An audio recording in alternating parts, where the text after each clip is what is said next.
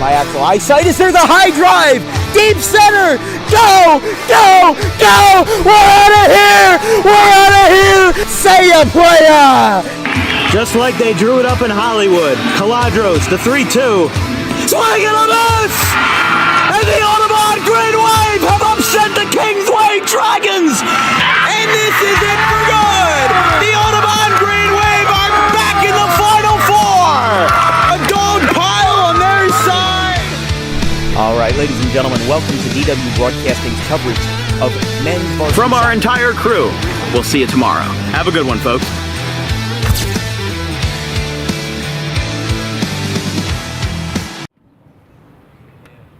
All right, ladies and gentlemen, the time is here.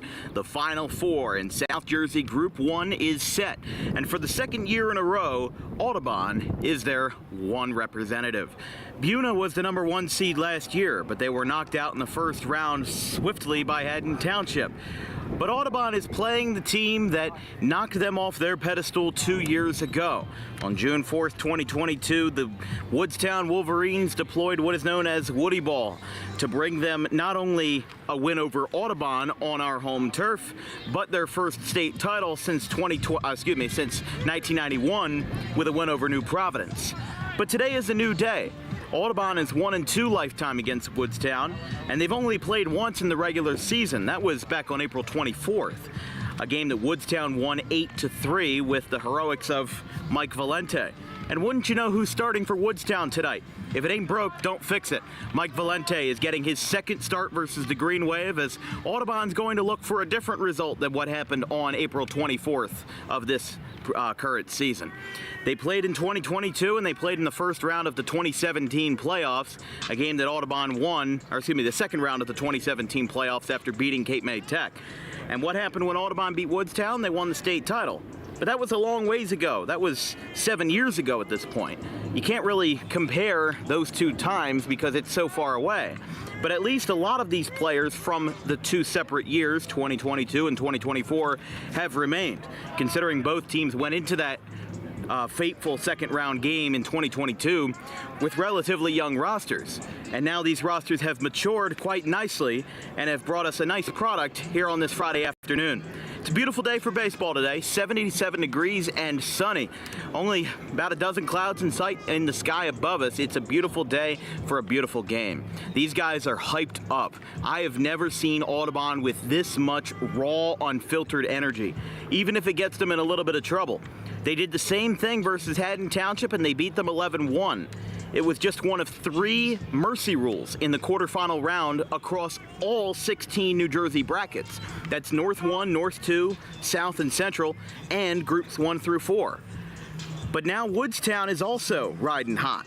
They beat Maple Shade in the first round and then rode their hot tails to an 8-3 win over Pennsville at Pennsville in the 5-4 game back on Wednesday.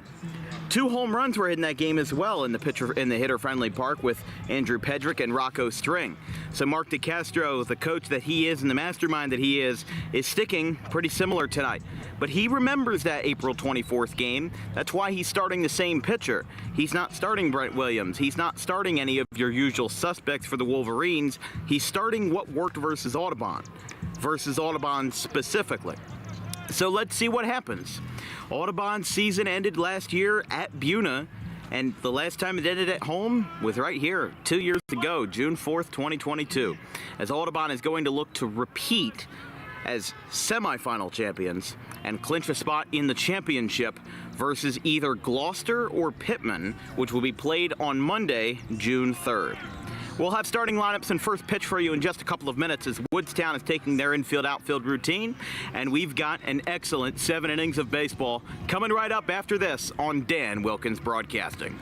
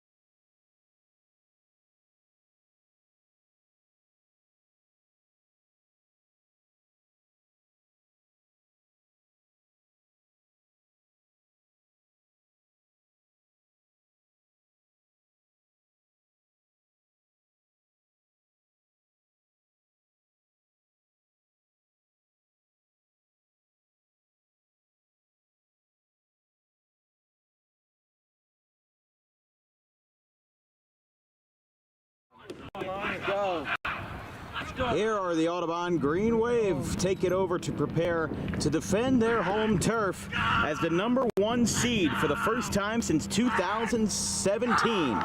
As the very emphatic outfield accompaniments take the field as the starting 9 for the Green Wave in their bright gold and forest green. Prepare to take on this Friday afternoon semifinal playoff matchup head on. The Woodstown Wolverines this year with a very similar record to what Audubon's had, as we're getting ready to start this game exactly on time. Green Wave 19-9 on the campaign. With a win tonight, they would win their 20th game of the season for the 3rd straight year, winning 22 in 2022 and 23 in the prior campaign. Sorry about that technical thing, folks.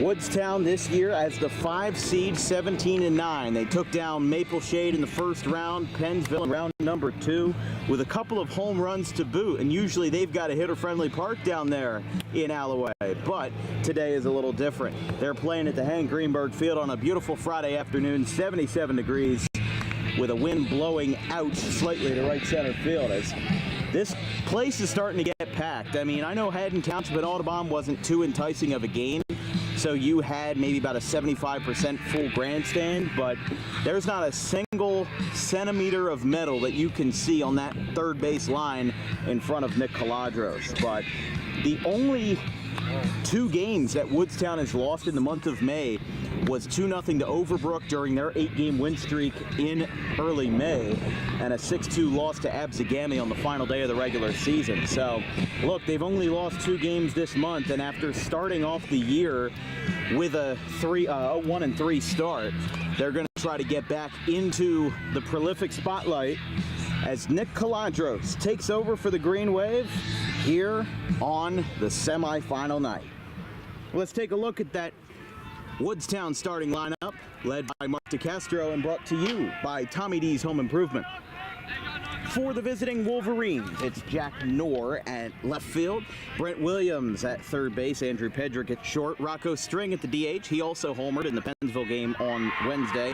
Blake Bilecki in center field, Ty Koblenz behind the dish, and the first pitch of the semifinal round is outside. We're underway, 1-0. Koblenz behind the dish, the sophomore. Caden Spinelli in right, batting 7th. Tommy Tucci in center. Jack Holliday at first, and Mike Valente on the hill. 2-0.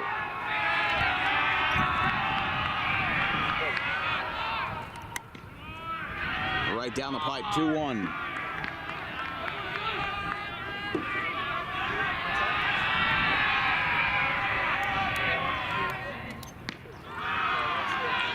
Three balls, 1 strike.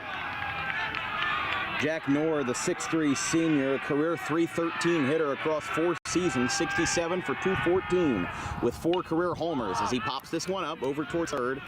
McCracken, who was last game starter on Wednesday, he trails over and it's foul. Count is full to Knorr. Knorr had 3 home runs in his junior campaign, none this year, but 16 RBIs on his swan song campaign. Pops this one back behind Zimmer and foul.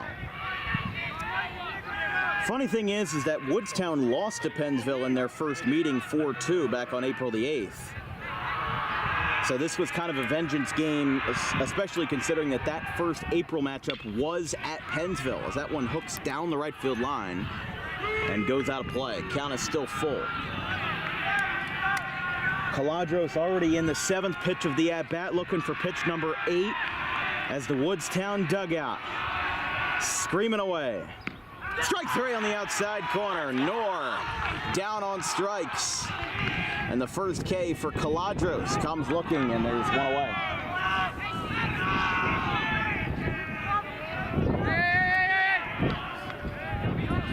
Well, considering Caladros has a sub-1 ERA, that's a good start.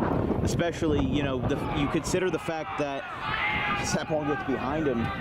Joey Slavin pitched the last time that Woodstown played Audubon, and he's basically effectively been taken out of the consideration in terms of pitching. He might get an inning or 2 here or there, but especially in late relief, he kind of has been taken out of the running as a starter.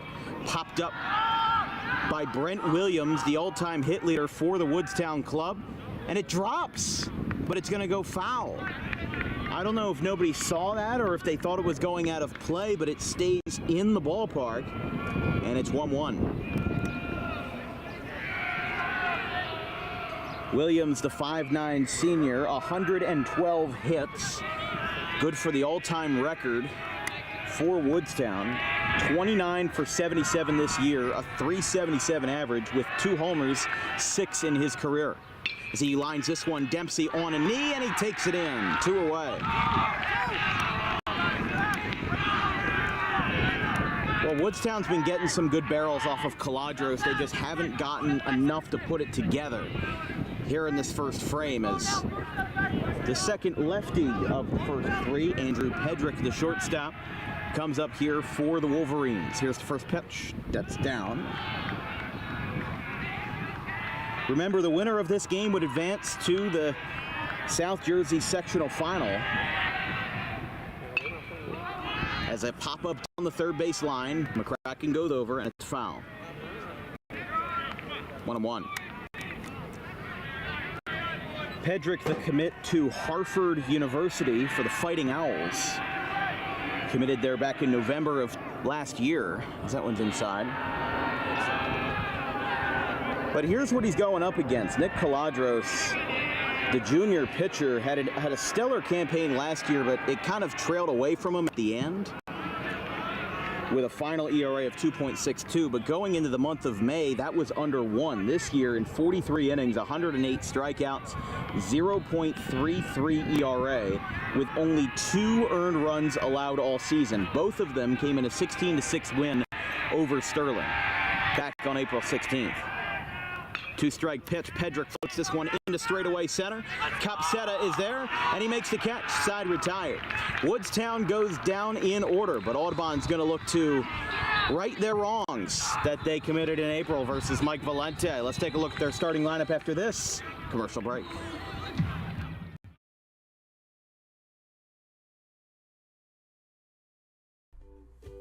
In life, the road ahead is full of possibilities. But to navigate it safely, you need the right skills. Harper Driving School is the premier driving school serving Gloucester, Salem, and Camden counties. With experienced instructors, many of whom are teachers in local schools, we are dedicated to your success and will help you master the road with confidence. With an over 95% success rate of students passing their road test on their first try, you know your student will be in good hands while embarking on a huge step of their young adult lives, all while avoiding the lines at the DMV and getting insurance discounts. We chose Harper, and so should you.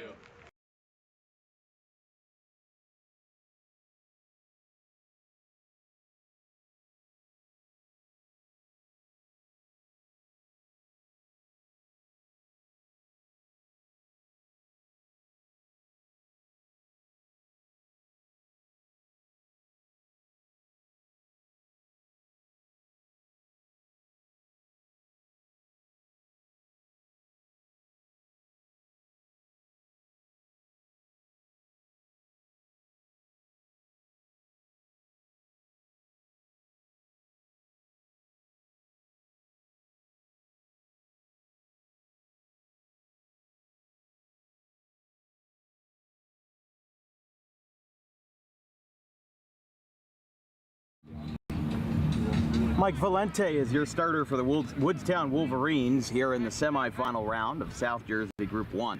When we have updates on the Gloucester-Pittman game, that is the other game going on here, it's started about an hour ago, a 3 o'clock start from Jim Kelly Field. We'll let you know. 2 teams that we've covered quite a bunch over the years, but with Valente on the hill, here is Tyler Wiltsey, the Rutgers Scarlet Knights commit, ready to play in the Big Ten in the fall of 2025, as the first pitch from Valente is a bunt. Back to the mound, throw to first is in time. 1 away. Kind of taste of the own medicine here is, you got to remember Woodstown was defeated via the Woody Ball. I'm sorry, Audubon was defeated via the Woody Ball back in 2022. As here is the Camden County commit, Charlie Capseta, as we take a look at this starting 9. for the Audubon Green Wave, as led by the 600-win head coach, Rich Horan. First pitch from Valente is a strike, 0-1.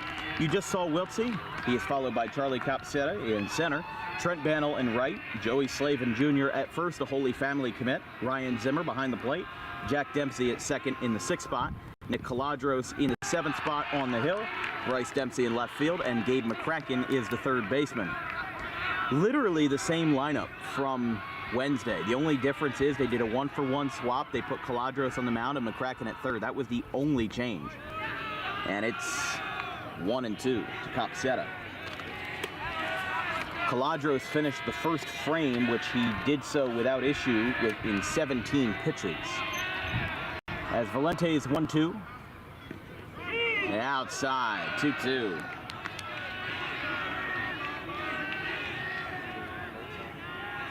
So Wiltsey was retired on a 1-3, and now Capseta digging in again versus Valente. Here is the 2-2. Capseta hits this one well out towards right field. Got some distance on it, but oh, he can't see it in right field. It dropped. It dropped in front of Spinelli. Capseta's going all the way to 3rd. He's going to get in there standing up with a triple as Spinelli lost it in the lights, lost it in the sun. That is unfortunate. Man. You can see the sun is right over where we are in right center field, and it is bright as can ever be. I mean, he's got sunglasses on, but even then, sometimes they don't give you enough, and if the ball is sitting right inside of the light, you're kind of just a sitting duck after that. So because the ball did not hit Spinelli's person or his glove, that will be scored as a triple in our scorebook, as Bannell with a slow roller out to short. Pedrick's got it. Throw to first is in time as Bannell thought he was safe, but he did get the run home as an RBI ground out for the rah-rah Bannell makes it 1-0 Green Wave. 2 outs. But that's called quick work there. You triple and you drive them in on the very next pitch. These guys aren't wasting their time. They know exactly what Valente has. They've seen him from late April, and they know what he's got in his arsenal. You know, he's kind of like our version of Jason Stockton, if you will. He doesn't have stellar velocity, but he's got good control, and that's where he'll get you. You know, he'll get you on a breaking ball down in the zone because he knows you can't hit it there. So it's smart, but not in the way that the modern baseball coaches want you to think, because as you see all the time in these scouting camps, if you're not throwing 95 or up, you don't have a lick of a chance in the higher echelons of baseball. That one's outside. I don't know if I agree with that one, but it's 2-1. Definitely that outside half of the zone has kind of been chopped here early. Hasn't really gone either team's way. There's a strike though. It's 2-2 on the curveball.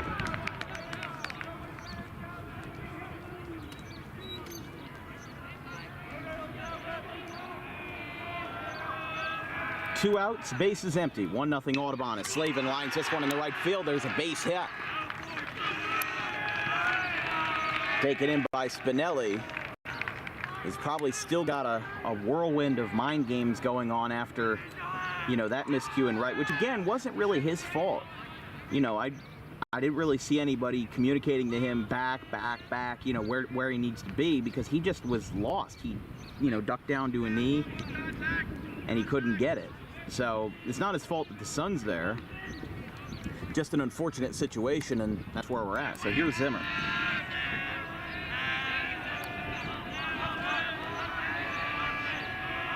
Slavin, the Holy Family commit with that base hit. Playing Division II ball over in the Philadelphia area. A pretty new program that is in their first season. They're going to be in their second campaign when Slavin comes to town, but they've been pretty aggressive with their recruiting here in South Jersey, and they've been seeing a lot of these unsung heroes that might not get the same invites to travel camps, but they have good recognition no matter what. Fouled back. But also, Woodstown is one of those places where scouts, unless they know a player is already there, they're not going to look there for any old Joe Schmo because it's in the middle of nowhere. You know, you don't even have any real cell service out there. It's farm, and a high school. Swing and a miss. Zimmer wavered at it, but he's going to get the first base because Koblenz couldn't gather it in time. That'll be a strikeout wild pitch. And while it's Valente's first strikeout of the night, it does not alleviate Woodstown from the first inning.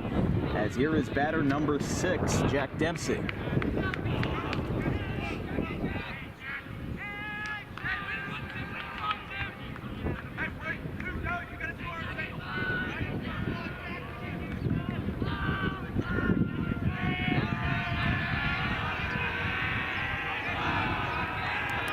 Dempsey setting up here with 2 on and 2 outs after the first run came across on the Bantle RBI ground out. There's a strike, 0-1.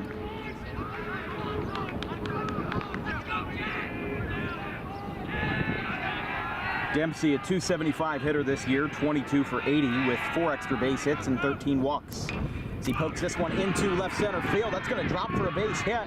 Picked up, Slavin's on his horse around third. He will score. An RBI.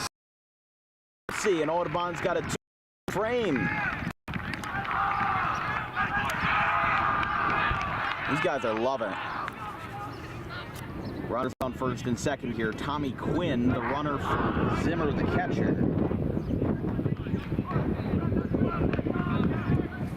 As Audubon picks up their 3rd hit of the frame. This brings up the pitcher, Caladros.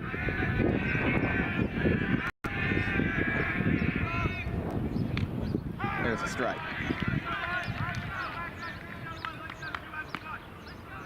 Caladros, the Greek freak as many call him, a .254 career hitter, 35 for 138. This year a .246 average, 17 for 69 with 18 walks, which he leads that team category. It's 0-2. But I think now looking back, you know, hindsight is 20/20, they say, but I don't know. This Valente being in here after being seen for so long in that April game, Audubon didn't forget. Now he gets his 2nd strikeout and that retires the side. Audubon gets 2 runs on the board, thanks in part to an RBI single by Jack Dempsey. We'll switch spots and Audubon will retake the field, this time with a 2-0 cushion after 1 here from the Hank Greenberg Field. We'll be right back. Tommy D's Home Design Center has opened a 2nd location on Creek Road in Belmar, operating in Philadelphia for over 25 years and now expanding into South Jersey. Tommy D's is the place to go for kitchen cabinets, countertops, and cabinet accessories, heavily discounted compared to big box retailers. Stop in, take a seat, and watch as our experienced kitchen designer makes the kitchen of your dreams right in front of you. Tommy D's is the best in the business for quality kitchen countertops and cabinets that fit all budgets. Call us today at 856-210-9504 or visit the new location in person on the corner of Creek Road and Harding Avenue in Belmar next to the 42 on-ramp.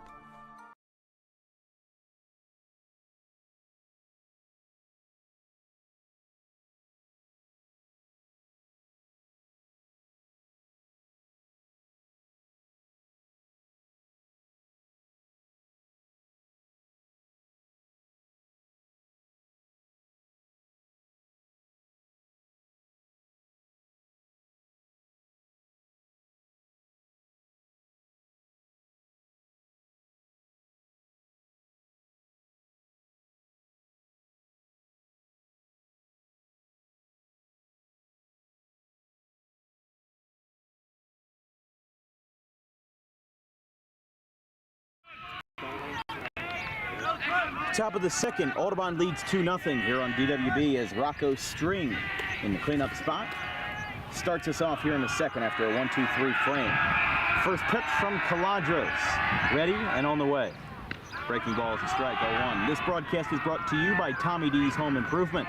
Make your dream kitchen come true today with wholesale kitchen cabinets and countertops at heavily discounted rates. Visit today at 612 Creek Road in Belmar next to the 42 on-ramp. As it's 0-2 to String.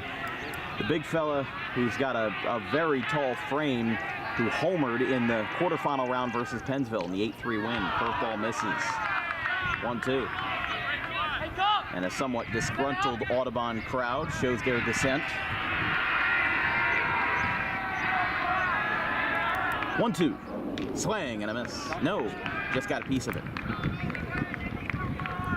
Caladros had a strikeout, a floater to second, and a fly ball to center in the first. Right now, no update on the Gloucester and Pittman game, as there's a foul tip. In South Jersey Group 3, the rematch from the Diamond Classic, Delsey leads Cherry Hill West 4-2 in the 5th inning. Haddon Heights gets an early run on Collingswood in South Jersey Group 2. Drew Harris with an RBI. It's 1-0 Garnets over the Panthers in the top of the 2nd inning.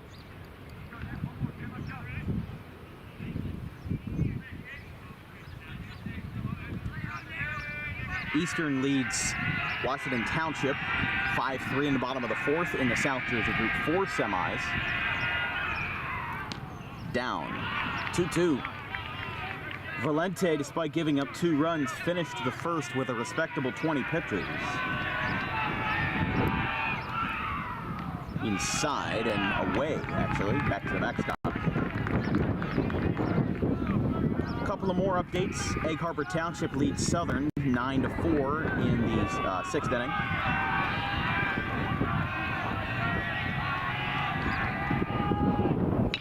As this one is hit out towards first. And he'll take it himself for a 3 unassisted. Slavin makes the play. 1 away.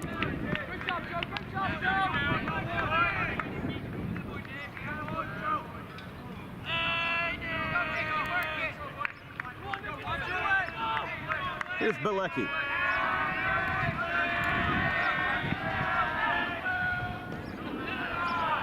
That one is down, 1-0. All right, we do have an update on Pittman and Gloucester. Gloucester leads 3-2 over Pittman in the bottom of the 3rd inning. Remember, the winner of this game would play whoever wins that game at the higher seed. That's inside to Bilecki, and it's 3-0 very quickly. Remember, if Woodstown wins, they automatically play on the road on Monday because they are the lowest seed remaining at the 5 spot. There's a strike right down the pipe, 3-1. Now, if Audubon wins, no matter what, then that game is played at Audubon because they are the 1 seed. So, you know, right now, Gloucester and Pittman are basically saying they're the ones that are in limbo. As that one's high to Bilecki. Woodstown has their first base runner of the early afternoon, and it comes in the form of Blake Bilecki. As here's the sophomore catcher, Ty Coates. This guy has really impressed me over the years that I've seen him. Obviously still a very young career, and even though he's got a smaller frame at 5'7", 140, a 289 career average across your first 2 seasons is a very respectable number. And I think that even though he's not getting a lot of eyes on him now, he absolutely should be. And I think he'll get those over the years. I mean, he's got 7 career extra base hits, 25 walks, but here's the kicker. 25 stolen bases in 2 seasons as a catcher. Foul ball. A lot of your catchers that you see are these big, bulky guys that don't have a lot of speed, but he's a smaller guy. He can steal bases. You know, he's of smaller stature, but not of smaller importance. And he definitely has an important key to play on a mix of young and old in this Woodstown franchise, as it's 0-2 quickly with Bilecki on first, throw down, not in time. So he goes from a 3-0 count in the prior at-bat to an 0-2 count in the following one. Caladros at 31 pitches here through an inning and a third. As the 0-2 is tapped fair out towards third. McCracken has it. They'll go for the easiest base, and Slavin has it. 2 away. Seems like these guys are in a rhythm. You know, kind of everybody's bouncing off of each other, and the way that they're kind of holding down Woodstown right now is through the fact that they're throwing a completely different pitcher than what they had in April. I mean, they played Joey Slavin on April 24th of this year in a game that Woodstown won 8-3, and you know, the big thing about that is that he was still having the control issues. He just didn't get anything locked down. And therefore, Woodstown got out early. They pounced on the bullpen. when they had the momentum going. As here's a fly ball into left center field. Dempsey going over, and he makes the catch. Side retired. We're through 1.5 as Woodstown gets their first base runner, but strands him on second. We go to the bottom of the second. Here from Audubon, 2-0 Green Wave.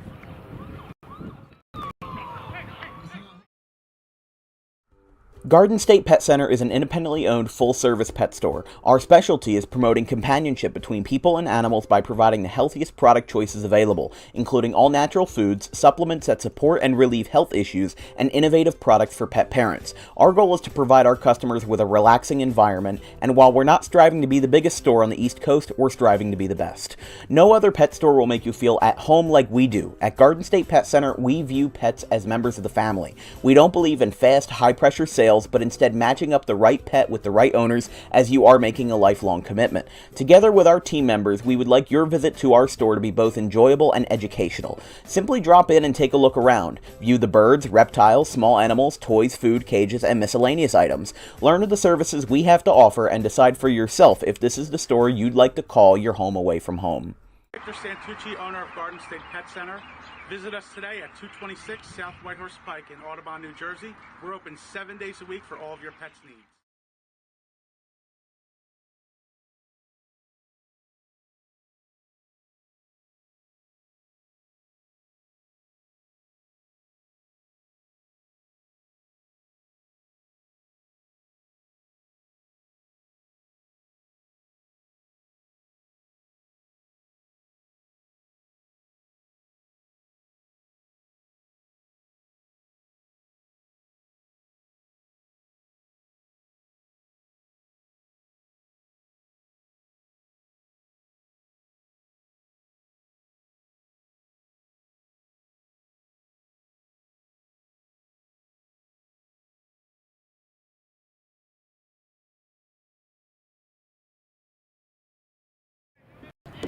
All right, after one inning, the opener, Mike Valente, is out, and we probably should have known this because the longest appearance he's had this year is 1 2/3, 2 innings in the first round of the playoffs versus Maple Shade. And in fact, he's appeared in more than half of Woodstown's games, in 18 and 0.1 innings. But here's a little ditty for you.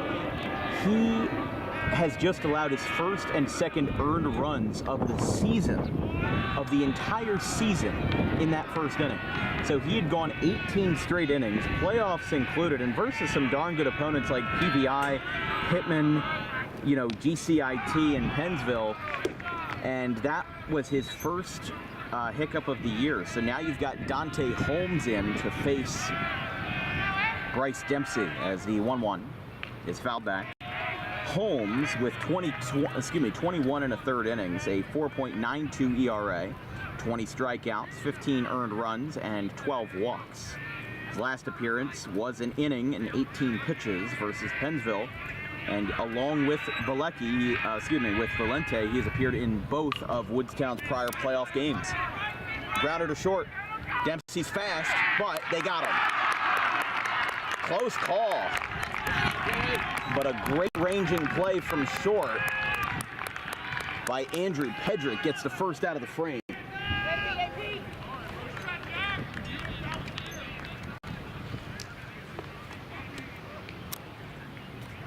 That was a good play. Can't put that any other way.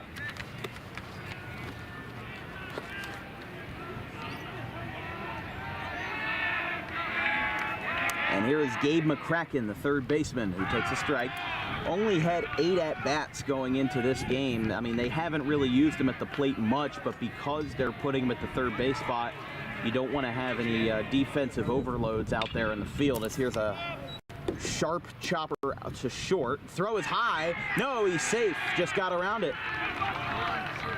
And that'll be an E6 as the throw went a little awry from the first baseman, Holiday. And McCracken will reach to turn the lineup back over to the top for Tyler Wilson.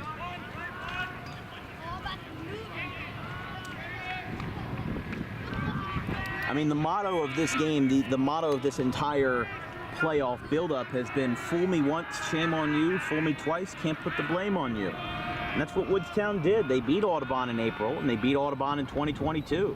And they're trying to write the record. You know, like we said, the last time that they played each other and Audubon won was 2017, and that was so long ago that Dylan Tassie, who was a senior on that team, is now an assistant coach. You know, he's gotten his bachelor's degree. He's been everywhere. That's how long it's been. The 1-0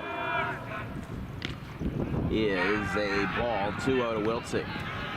Wiltsey tapped out to the mound his first time.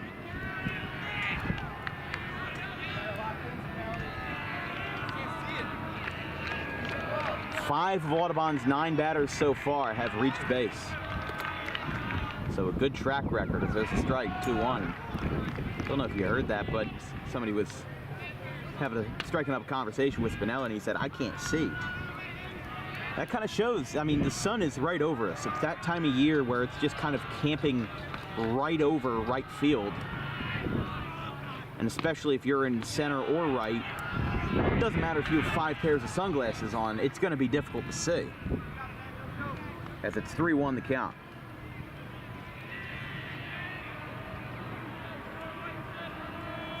Three balls, 1 strike to Wiltsey. Let's see what they do here versus Holmes.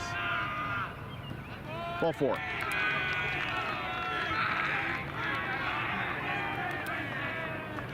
Two on now for Copsetta.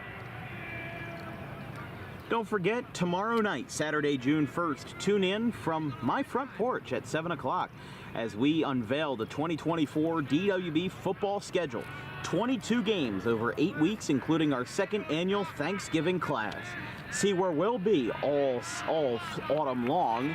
On Saturday night, we're going to have Chris Baker there, Ryan Sieber, Brian Tortella, a couple of other very respected members of the South Jersey community, and they are going to be all unveiling who will be covered in 2024. And I'll tell you this, Audubon does have a football game in 2024. I can't tell you when, I can't tell you where, but I'll tell you for a fact that they are on the schedule. Along with 22 total games across 6 different counties.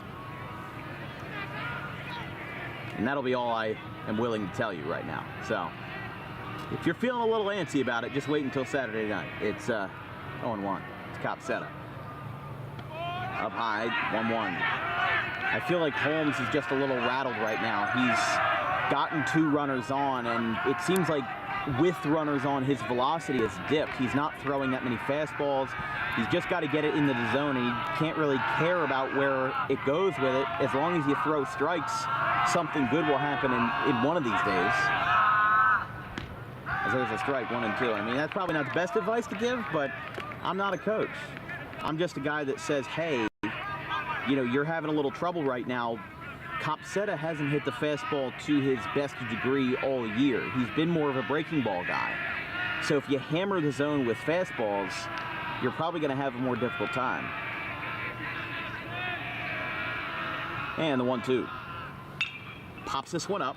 You see, he's behind there. He had a little trouble getting to it and fouled it off onto Hampshire. So do with that what you will, but Copsetta, after tripling in the first, has a chance to expand Audubon's lead after scoring 2 runs in the first inning.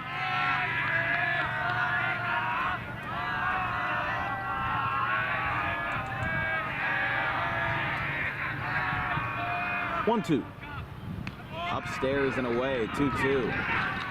That's one of those situations where you're not aiming for that part of the zone. That looked like a slider there. Might have tried to get it on the inside part, but if your release is just a little bit off, then that ball's going to go in the complete opposite direction. So it's a good thing that that didn't end up being worse.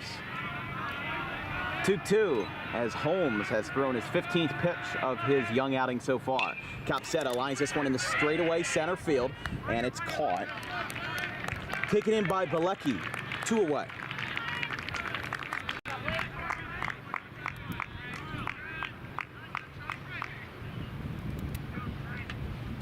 Don't forget to tune in on Saturday afternoon at 12 o'clock, just before the football preview show, with the South Jersey non-public B sectional final between the Bishop Eustace Crusaders and the Gloucester Catholic Rams. Probably our best game so far of the year, without a doubt. 12 o'clock on Saturday. You won't want to miss it. watch it on DWB. It was outside. 1-0.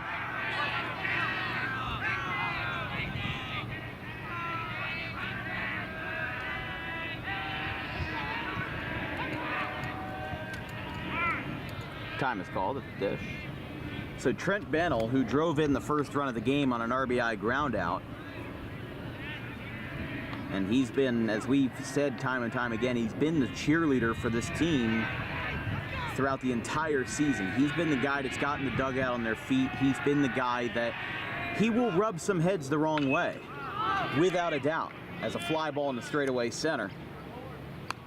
And he makes the catch. Bilecki retires the side, and Holmes gets out of the second unscathed. He leaves 2 runners on, but better to have him left on than left at home plate. We go to the top of the third here from the Hank. 2-0 Green Wave.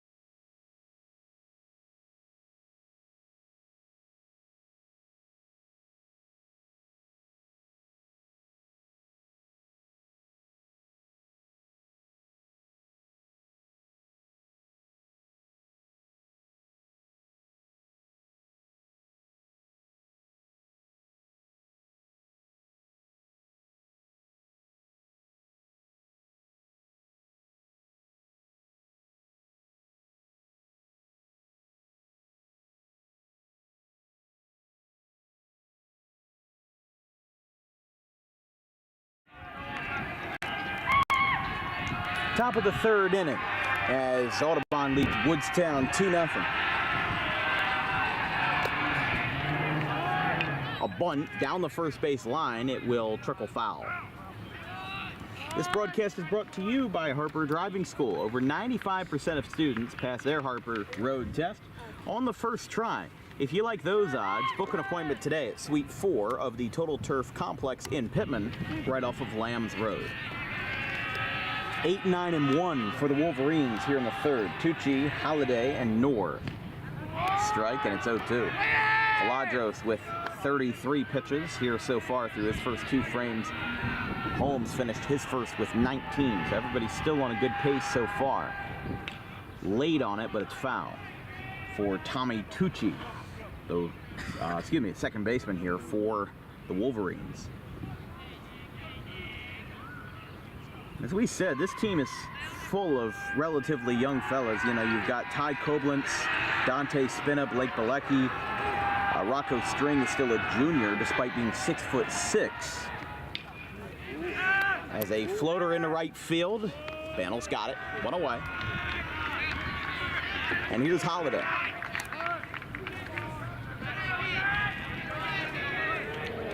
But Tucci, one of the few freshmen on the varsity roster, was batting 182 at the time of that at-bat.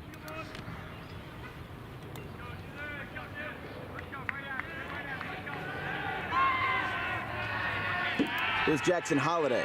I'm sorry, Jack Holiday. No, the Orioles did not make a trade with the Woodstown Wolverines.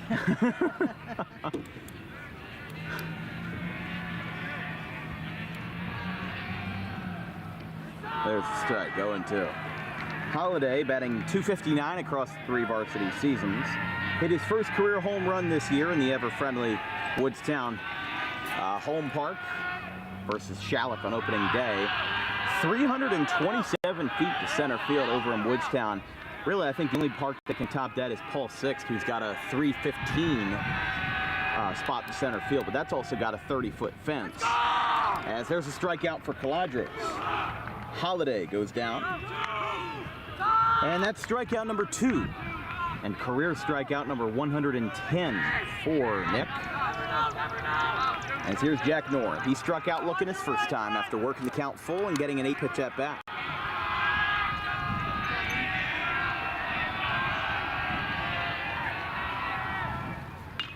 Knorr sends the first pitch down the left field line. That will drop foul over towards the spectators.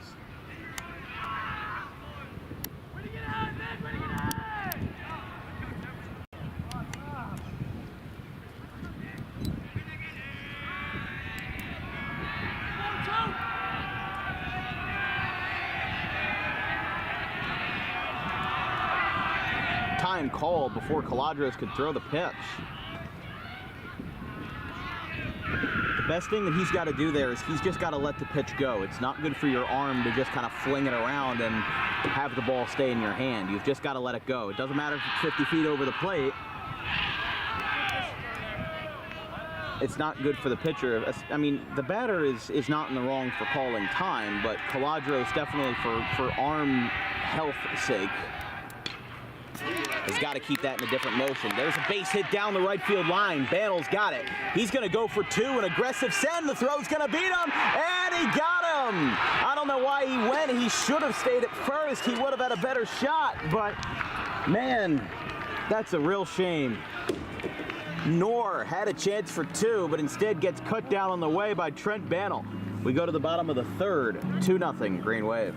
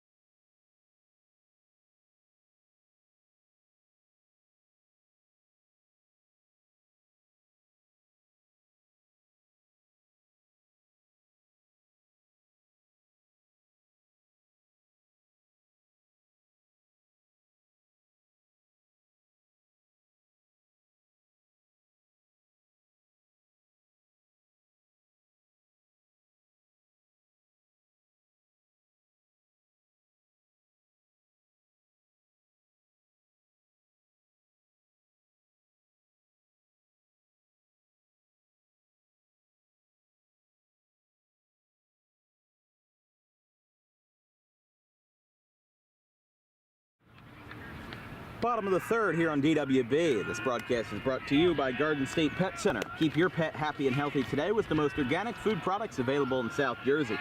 Visit 7 days a week at 226 South Whitehorse Pike in Audubon.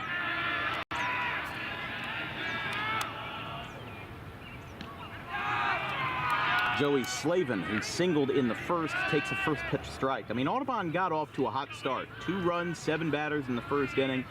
Now things have kind of cooled down a little bit. They got 2 runners on, but Holmes got out of it. And the best thing that you can do in this situation, as it's a 1-1 count, you know, you got to keep calm out there. You've got a clean slate here. You didn't give up any runs in the second.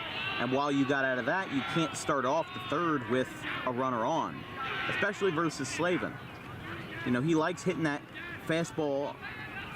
It's weird. He likes hitting fastballs outside, but he's a pull hitter. So a lot of times he kind of dives over the plate and pulls it down the right field line despite it being outside of the zone. So just like that. But this time he pokes it down the third base line into the trees. And it's 2-2.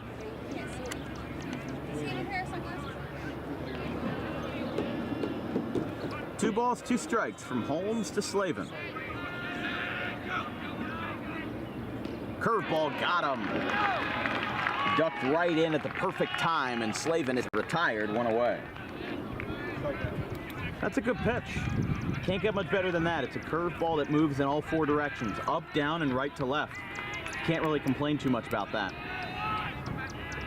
By the way, Gloucester leads Pittman 6-2 in the 4th inning. Winner would play the winner of this game. John Young Jr. for Cherry Hill West just tied up the game in the bottom of the 6th.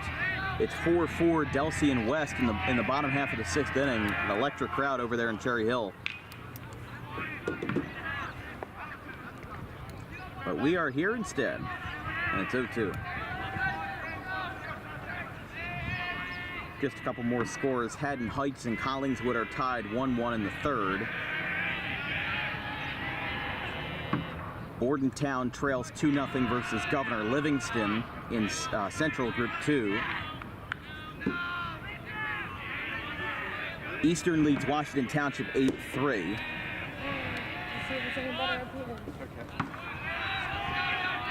And that one's outside. 2-2.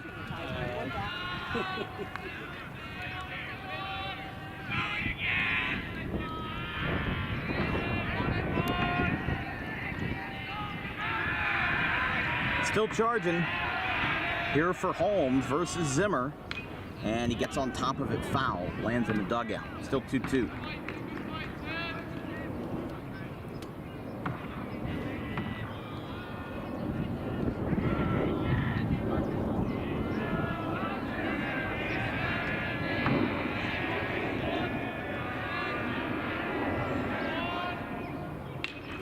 Hot shot, Holmes grabs it, spears it, and fires the first. He's out. Great awareness there on the hill to grab it, and a 1-3 ground out is out number 2. Just a quick correction here. Gloucester leads Pittman 4-2. There was a typo from one of the reporters that posted it. It is 4-2 Gloucester in the 4th.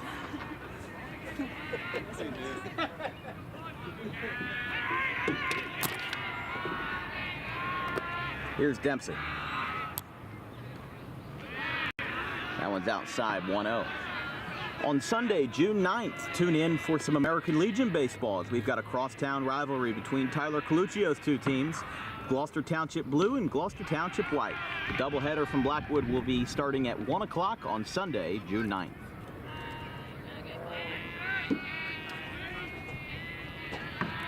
One ball, one strike. And there's another one. 1-2.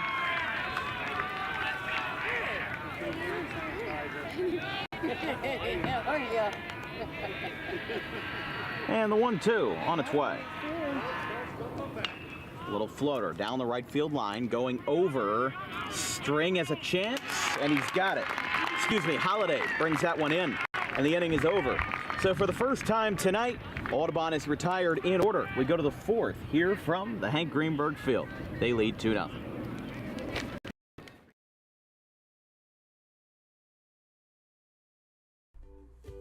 In life, the road ahead is full of possibilities, but to navigate it safely, you need the right skills.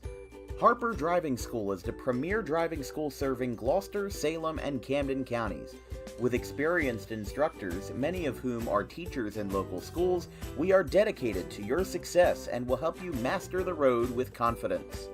With an over 95% success rate of students passing their road test on their first try, you know your student will be in good hands while embarking on a huge step of their young adult lives, all while avoiding the lines at the DMV and getting insurance discounts. We chose Harper, and so should you.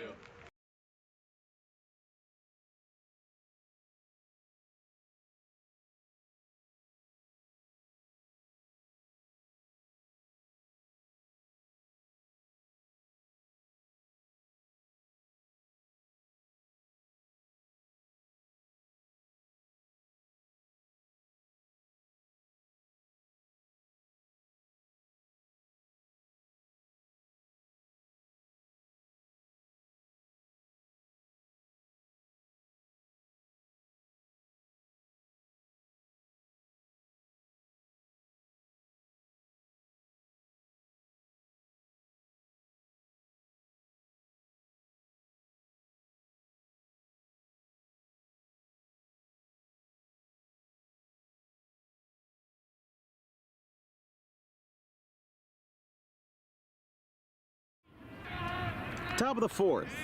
Audubon leads Woodstown 2-0 here on Dan Wilkins Broadcasting. A new pitcher for the Green Wave is Gabe McCracken, who's got a 2.5 ERA in 42 innings. He's at 91 career strikeouts, 15 earned runs, 17 walks.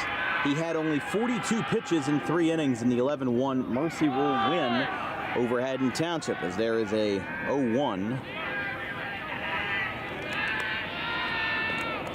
to Williams, who will be followed by Pedrick and String. 2, 3, and 4, the cream of the crop. Appeal to first says no.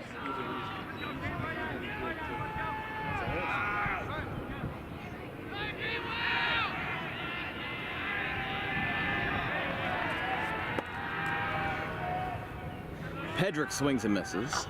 Williams. And it's 1-2, as we said. Williams, the all-time Woodstown hit leader with 112. Looking to make it 113 as that one's down. Williams headed down to Maryland after this spring, going to Goldie Beacom College to play Division II baseball with a handful of other South Jersey crew down there, like Joey Kurtz, with Buna, who one-hit Audubon in the sectional final last year. As the crowd's just filling up with every pitch. As the 3-2 on its way is down, and Williams has ball 4, gets in there and gets the tying run up to the plate for the Wolverines.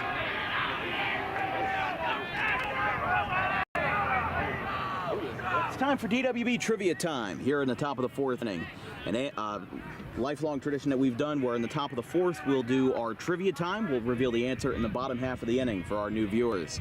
Today's question is, who is the only player in Major League Baseball history to achieve an MVP, a Cy Young, and a Rookie of the Year during their career? It does not have to be in the same year, because that's never happened. But across their career, who was the only one to do it? Is it A, Nolan Ryan, B, Don Newcomb, C, Clayton Kershaw, or D, Max Scherzer? The answer will be revealed in the bottom of the 4th. That one is down.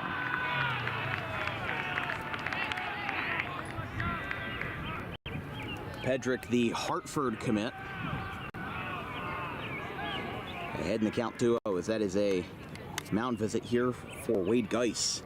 I mean, this is what Woodstown wants here. They kind of want a new face. They didn't see Nick Caladros all that well. They were, a little bit off balance. If you see somebody who is a little bit new, then you're going to get a fresh slate. You're going to be able to see somebody that you haven't seen before, and you're going to be able to get new hacks off of them. So McCracken might be new to you, but considering that Caladros is basically being pitch limited here, this is what Audubon's doing here. They did the exact same thing on Wednesday in the quarterfinal, where they threw Caladros for innings, they threw McCracken for innings 1, 2, and 3, and Caladros led the way with the rest. Audubon, as an entire pitching staff, despite striking out 9, they only threw 95-ish pitches across all 5 innings. So it was kind of perfect the way it was, as the 3-0 is a strike right down the pipe. 3-1 to the lefty Pedrick, the future Fighting Owl over in Region 19 of the NJCAA. 3-1 is lined into right center field. That's going to drop in front of Capseta. It's going to roll all the way to the wall. It bounces off the base. Coming around third is going to be Williams. Stopping at second is Pedrick, and he's got an RBI double. The lead is sliced in half. 2-1.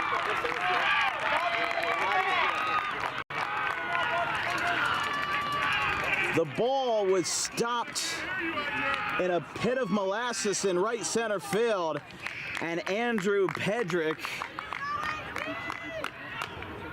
gets an RBI double, and it's 2-1.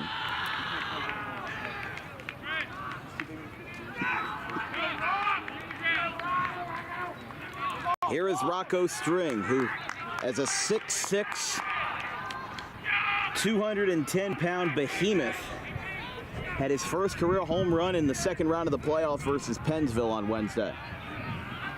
I mean, just looking at this guy, he should probably already have 10 or 15 home runs in his career, just looking at that stance. It's like a Tony Batista 2.0. Not in time.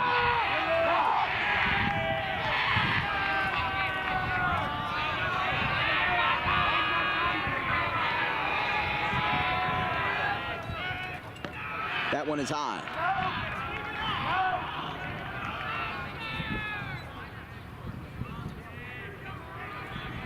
By the way, if you're just joining us, Woodstown just cut the lead to 2-1 as there's a swing and a miss. On an RBI double by Andrew Pedrick. Count is 1-1. To the cleanup man, Rocco String, as he's going to try to tie this game. Popped up, right field side, going over Trent Bannell. This one's over towards the corner. Hey, he reaches out and he makes the catch. Pedrick's going to go down to third, and he got in there, but he ran the entire way until he couldn't no more, and he brings it in. However, the tying run does move to third, and Pedrick is knocking on home plate's doorstep, and he is not a bill collector. One away.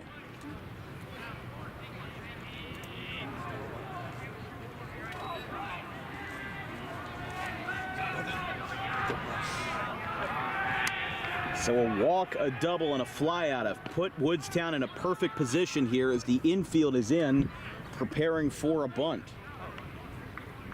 Balecki, who walked his first time, has the infield on the edge of the grass, getting ready for a bunt, trying to sniff out that tying run at the plate. He'll bunt again. It's a high chopper up the first base line. Is it going to go foul? And they will say it is foul. Looks like it just took a hop off the edge of the grass and skipped into the first base side as it's 0-2.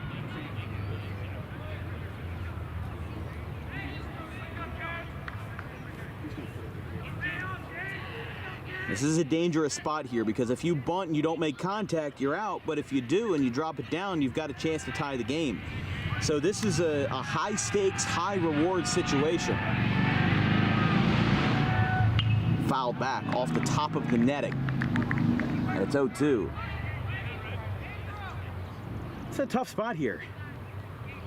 I mean, nobody's saying that it's not, but I mean, the gist of it is that Woodstown really didn't have anything going for them early, and now all of a sudden they've been thrust back into the spotlight in the span of 5 minutes. Now it's outside 1-2. So infield might back up after this pitch. It doesn't look like that he's in the bunting spot here. I mean, why would you? There's 2 strikes and 1 out. Yes, high stakes, high reward, but do you want to strike out if you don't know that you have 100% confidence that you can get it down? He pokes this one out to second base. It is taken by the pitcher McCracken, and he'll chase him back to third base. 2 away.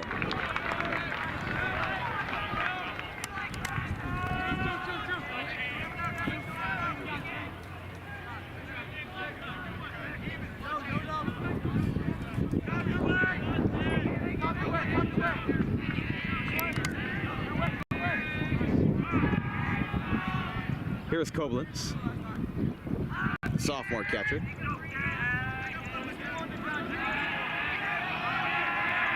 Koblenz grounded out to third his first time.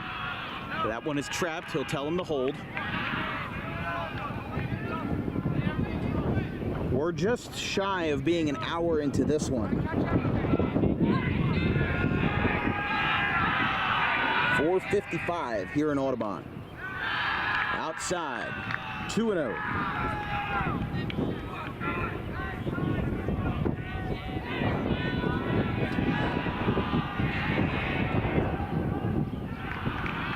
That one is down and away again. 3 balls, no strikes. We've got an interesting thing going on in center field. There's a couple kids who are, there were 2 who were stacked on top of each other trying to see over the center field fence. 2 Audubon kids. Kind of like the Little Rascals. 2 kids in a trench coat trying to see a rated R movie in the theater. People will do anything to see baseball. And I don't blame them. It's a great game. There are fans up and down the line, probably standing room only at this point, as that's ball 4, putting runners in the corners here for Koblenz. Spinelli will bat here with 2 outs. And Ryan Zimmer coming out to talk to McCracken. Oh. I mean, if you're Woodstown here, this might be your best opportunity to succeed. And yes, you do still have 10 outs on the board, okay. But consider this. If Gabe McCracken gets in that groove after a rough first frame on the hill, then I don't think Woodstown has too much of a prayer. They would, but they've got to do it now. Get the RBI, tie the game, and get yourselves back in the momentum swing. Because if you leave 2 more runners on, you've already left a handful of runners on base tonight. You've left on 6 total. If you leave on more, then that momentum is just going to continue feeding into that Audubon dugout. You want to strip that momentum away from them. You want to, it's like an energy conversion. You want to take the momentum from the Audubon dugout and convert it into Woodstown energy. You want to silence that home crowd. You want to make them nervous. You want to make them uncomfortable. And Audubon's got 2 strikes to defend it. 0-1. There's another strike. I mean, this is what we were talking about. So too. He's just not hitting the fastball. Spinelli 0 for 1, trying to drive in what would be the game-tying run. Looks back at second. The 0-2 is a tapper. Back up the third base line, and it's a tie game! He just got in there at first. Spinelli, after his defensive miscue in the first, has been forgiven. It's 2-2. Time is called here. Hold on.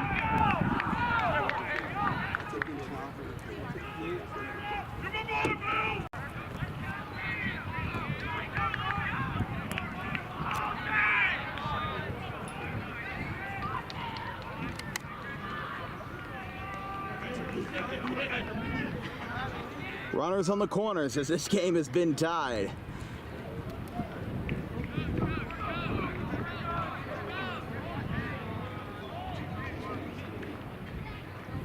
And here is Tucci. Audubon is starting to get not somebody warmed up, but they're trying to get their affairs in order here.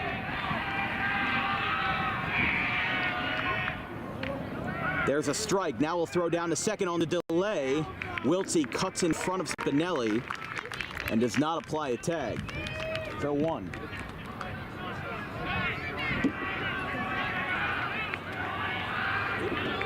No balls, 1 strikes. And now, with the stolen base, 2 runners in scoring position. A curveball got him, and it's 0-2. But man, Woodstown, after really not having too much life in the first couple of frames, have just stormed back and tied this game. I mean, this is the team that Audubon was worried about the most. You played Camden Academy Charter in the first round and then a Haddon Township. I mean, you scored 24 runs in 2 games. This is their first test of adversity in the playoffs. They had the first 2 rounds. You might as well have just given them a free ticket and sent them on their way, because there was no way that Camden Academy Charter was going to beat them. There was a very minimal chance that Haddon Township was going to even sniff them. This is Audubon's first test of adversity, and right now they're hanging around a C. But this is the same thing from 2 years ago. Audubon was up early. Woodstown roared back. The momentum swung their way. They took the lead and never gave it up. And right now, this is looking like deja vu of a year and 358 days ago. 1-2 is a line drive into right field. There's a base hit. Woodstown's going to take the lead. Battle's going to throw. They're going to send a second runner on a hop. There's a collision at the plate. He's in there. 2-run single that turns into a 2-bagger on the number 8 spot for Tucci. It's 4-2. This is Woody Ball 2.0, but not with bunt singles, with line drive singles. A 4 spot for the Wolverines.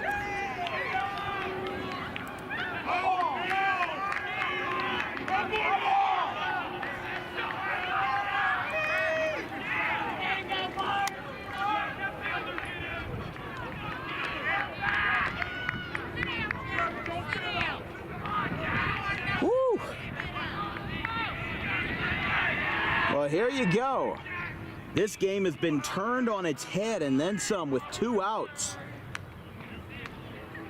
After the RBI double by Pedrick, a quick first and second out, and then a walk, RBI single, and a 2-run single by Spinelli have given Woodstown a commanding 2-run lead, as that's going to be a floater foul off the bat of Holiday, 0-2.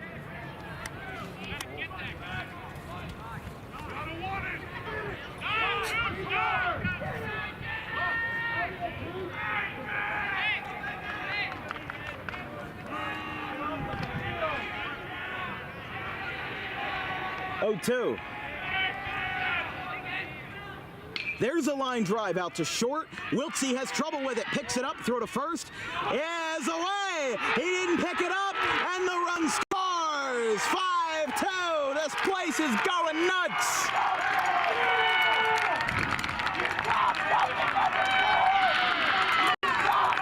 An RBI at the bottom of the order. The 7, 8, and 9 hitters have all gotten RBIs in unlikely situations. And a 5 spot for the Wolverines.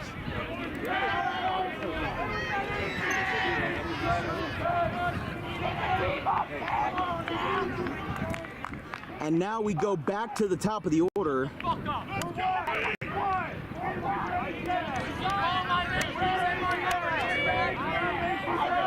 Banel is chatting with some of the fans in right.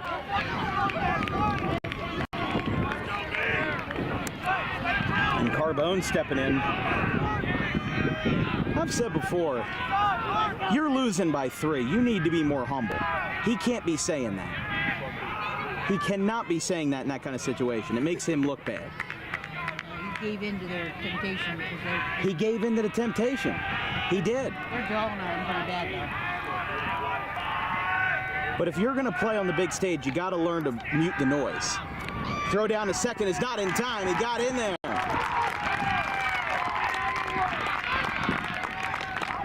Holiday gets down to second as Jack Knorr is up as the 9th batter of the inning. But like I said, Woodstown's kind of been jabbing at some of these guys all night, and deservedly so. They're winning. You sing when you're winning, and I don't have a problem with that. I have absolutely no problem with, rooting when you're up. As Woodstown absolutely has deserved every right to celebrate so far. A 5-run inning as they have matched Audubon's first inning with their 7 batters and then some. As here is the 0-2. Strike 3, right down the pipe. And we'll go to the bottom of the 4th after what seems like an eon. Man, Audubon's got some work to do. They trail 5-2 going to the bottom of the 4th. Tommy D's Home Design Center has opened a second location on Creek Road in Belmar, operating in Philadelphia for over 25 years and now expanding into South Jersey. Tommy D's is the place to go for kitchen cabinets, countertops, and cabinet accessories, heavily discounted compared to big box retailers. Stop in, take a seat, and watch as our experienced kitchen designer makes the kitchen of your dreams right in front of you. Tommy D's is the best in the business for quality kitchen countertops and cabinets that fit all budgets.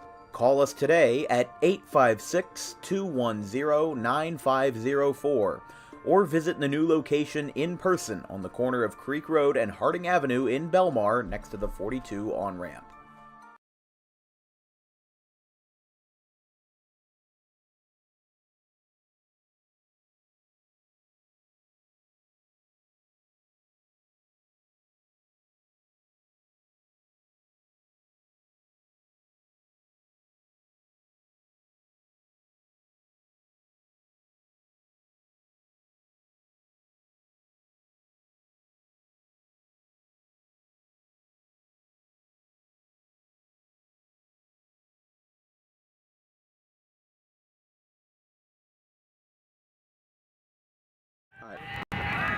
Bottom of the 4th inning, it is time for DWB Trivia Time. Today's question is, who is the only player in Major League history to acquire an MVP, a Cy Young, and a Rookie of the Year award during the course of their careers? Does not have to be during the same season. The options are A, Nolan Ryan, B, Don Newcomb, C, Clayton Kershaw, or D, Max Scherzer. Producer Donna Wilkins, do you have a guess? That would be correct. Don Newcomb. Yes, the only pitcher on that list who is not a surefire Hall of Famer, and in fact wasn't a Hall of Famer, was just under 1,200 strikeouts in his career, but won the Rookie of the Year award in 1949 after the league was officially integrated, after spending 2 years in the Negro Leagues with Newark, the Bears. As here's a chopper over the middle. Throw to first is in time. And Caladros is retired, 1 away. But yes, Newcomb the only pitcher to do so. So, You want to know how I got the answer? did we have it up? No, if the other pitchers were new enough that I knew them and knew they didn't do it, it had to be the guy. No. I thought we put up the answer by mistake or something. No. But Don Newcomb got the Rookie of the Year in 1949, got the MVP and Cy Young during his historic 1956 season with the Brooklyn Dodgers.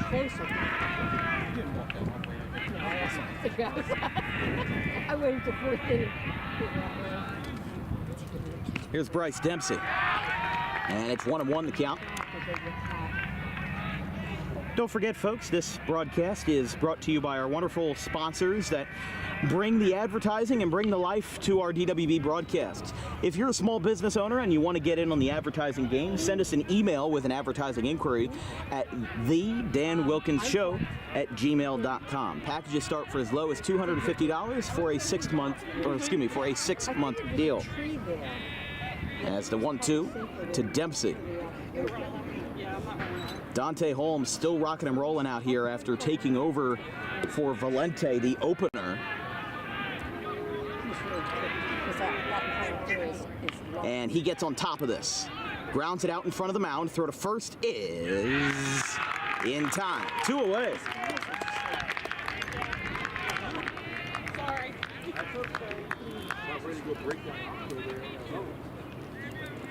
And now here is McCracken in the 9th spot. And don't forget as well, we do have a Venmo for any contributions from viewers at DW Broadcasting. No space, no hyphen. Made a mistake on that last time, but I'm an 18-year-old high school student who wants to do this for a living someday, and I'm going to be going to college for it. So anything is appreciated, whether it's for gas money or for just travel expenses, equipment expenses, and just goes towards my college fund. So anything is appreciated. There's a base hit in the left, Tyler Wiltsey.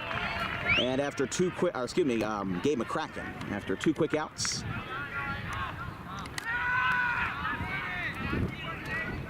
McCracken reaches base for the 2nd time tonight. And here's Tyler Wiltsey, the Rutgers commit.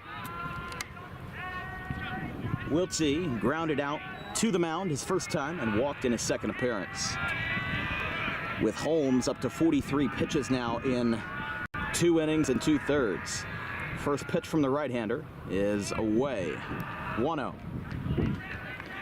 Don't forget, on Saturday, June 1st, that is tomorrow at 12 o'clock, we'll be covering the South Jersey Non-Public B sectional final between the Bishop Eustace Crusaders and the Gloucester Catholic Rams, set to be one of the biggest games that we've covered all year and probably in our entire company history.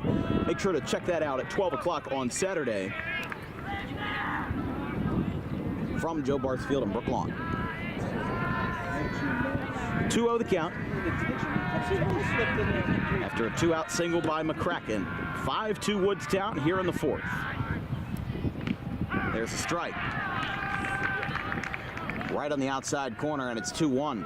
I mean, Holmes is just attacking the strike zone here, which is a good thing because he didn't have that to start. You know, he had a couple hiccups in his first couple of frames, but now he seems to have gotten back into the rhythm where he's firing a lot of fastballs. He's very fastball heavy, and Audubon doesn't really know what to do with that right now. You know, they've been good at hitting the curveballs. They've been good at hitting stuff that's right down the middle, but as soon as it gets out of, you know, it's kind of like a strike zone with horse blinders. If it's outside of a very specific spot, it just doesn't seem to connect. It doesn't seem to translate.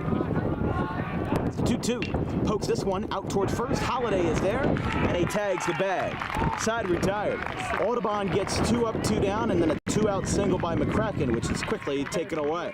We're through 4 here at Audubon. 5-2 in favor of the Wolverines. We'll be right back.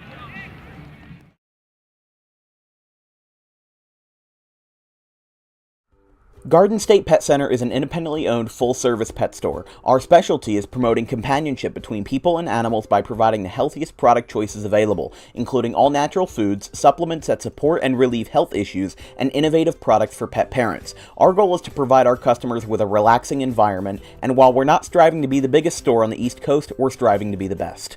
No other pet store will make you feel at home like we do. At Garden State Pet Center, we view pets as members of the family.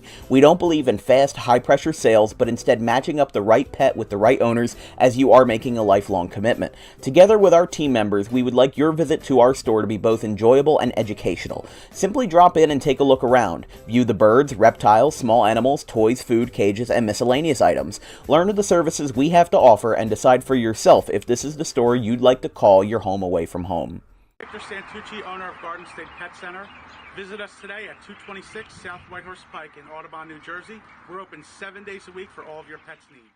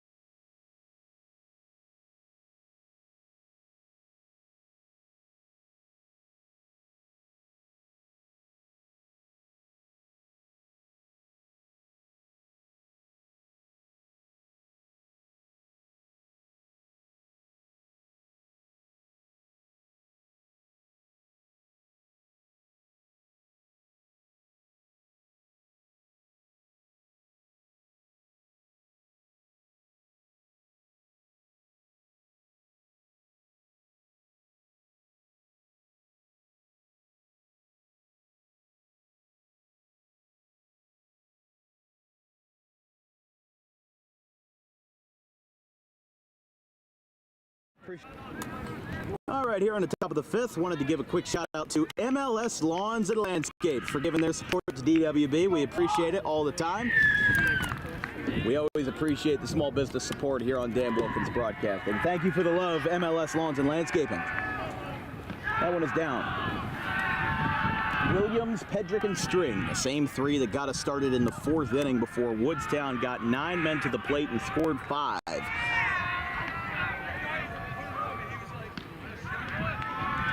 1-0 is a strike, 1-1. Audubon is deviating off the course as they've got Ryan Zimmer on the hill. And you know what? They've made a couple of changes here. Trent Bannell has moved from right field to behind the plate. And now Jason Stocklin is in right field. So yeah, the original plan was you throw Caladros 1, 2, and 3. You have Zimmer 4, 5. McCracken 4, 5, and 6, and then the 7th is your wild card because you gotta pitch limit everybody. So, but right now Audubon's plan is out the window. You don't care what happens on Monday because you might not make it to Monday if you don't correct some changes here. Now it's outside, 3-2. Zimmer donning the number 1 on the hill, a 2.78 ERA in his second varsity season on the mound in 27 2/3 innings. 35 strikeouts, 17 walks, and 11 earned runs. His last appearance was on May 14th versus Haddon Heights. He has not yet appeared in the playoffs. Williams walked his last time. A fly ball into shallow center field. Charlie Copsetta racing in. He camps under it, and he drops the ball! Oh my goodness, he had it clear as day, and it just popped out of his glove. And he gets aboard. That'll be an E8.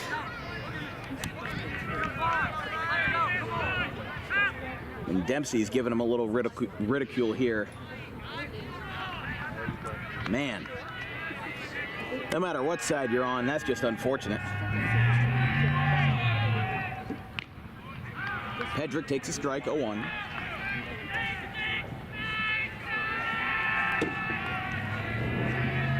Here's the 0-1. Nope, steps off.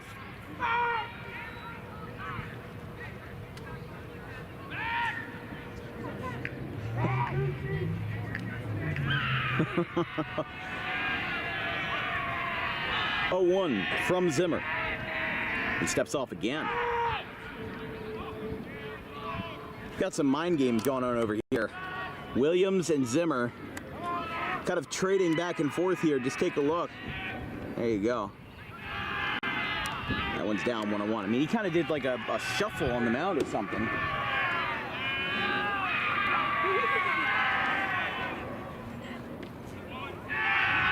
Two-1.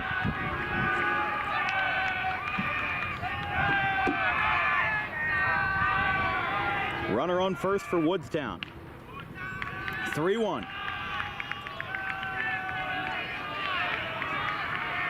A lot of Audubon students in attendance here tonight. And that's ball 4. How about that?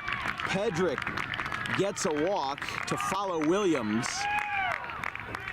And the error in the walk have put 2 runners on.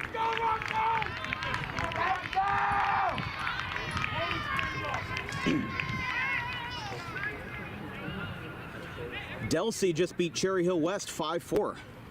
Big upset from South Jersey Group 3, the Diamond Classic champions who beat Delsey, win it on the road, and they advance to the South Jersey Group 3 finals.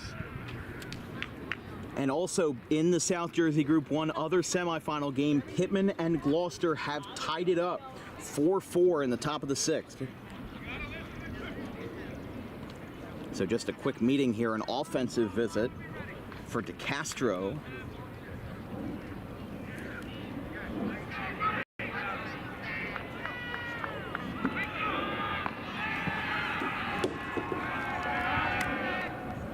Little floater in the right field. That one's gonna maybe get over the head of Stockton. It will. It's gonna bounce one hop off the wall.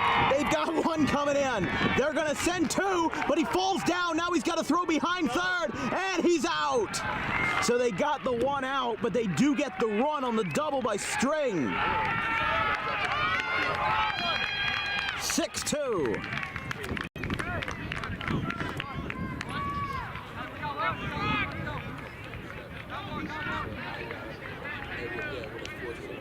So Williams scored, Pedrick was out. He fell down around third. It's like a sniper took him out. He just went straight down, face planted, and then had to turn back around. And String, who is the DH, will be pinch run for, which is a little bit of an interesting move, but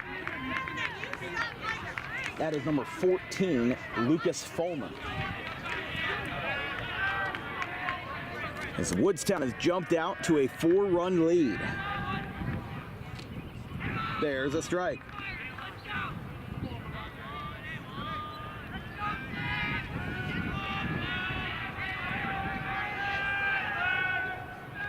That one goes behind Bannell, and Fulmer goes to third.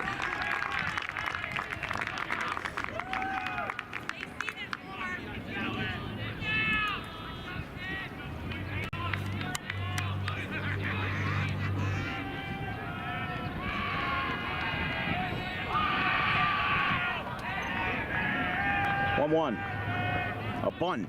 No, he doesn't get it down because the ball skips in, and they will say he pulled back, so it's 2-1.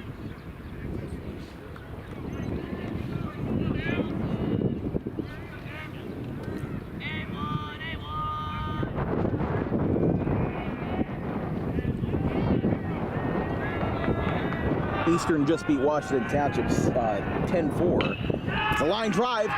Wiltsey. Did he get it? No, it goes into right center field. A run will score. It bounced off of his glove and trickled into the alley in right center. That's an RBI. This time, it'll be off the bat of the sophomore Bilecki. 7-2.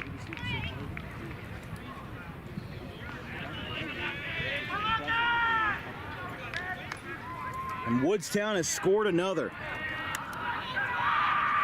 as they will look to clinch a South Jersey Group 1 sectional appearance for the second time in 3 years. Remember, they did this 2 years ago. Audubon was just one of their stops on the ride, beating New Providence in the state final to win it. That one is down.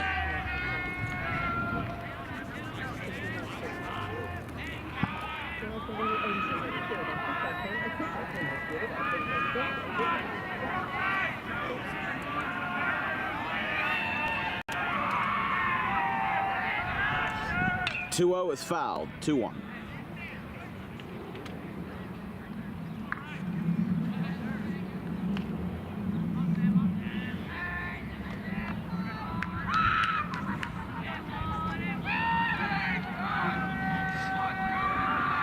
Two balls, one strike.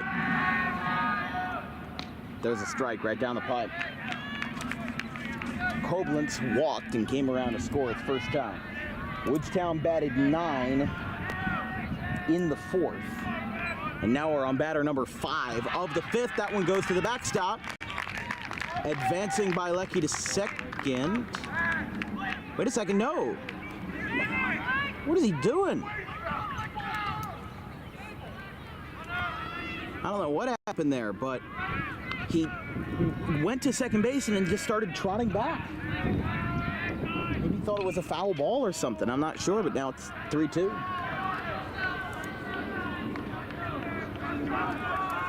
One away for Koblenz here. Runner in scoring position. Woodstown has scored 7 runs, all in the span of 2 innings. Line drive, foul.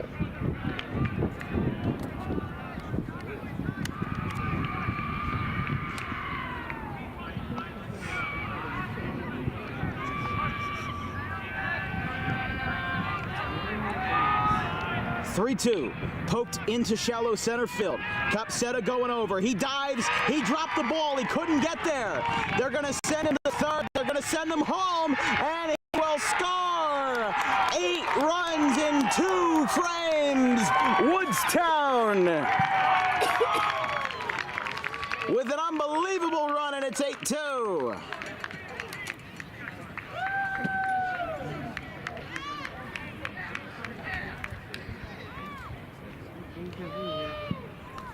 That is the 3rd straight hit for an RBI as Banel is going here to talk to Zimmer.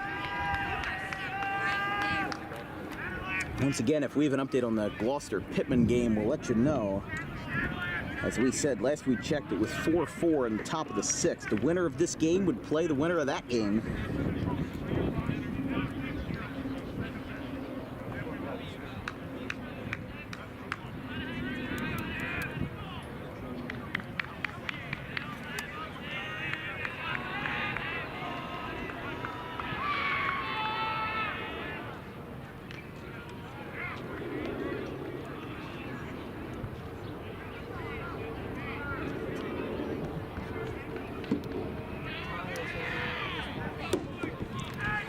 Won the count with just 1 away. As Woodstown has had 3 straight hits for an RBI. Throw down to second base is not in time. He gets in there, and they just keep on coming.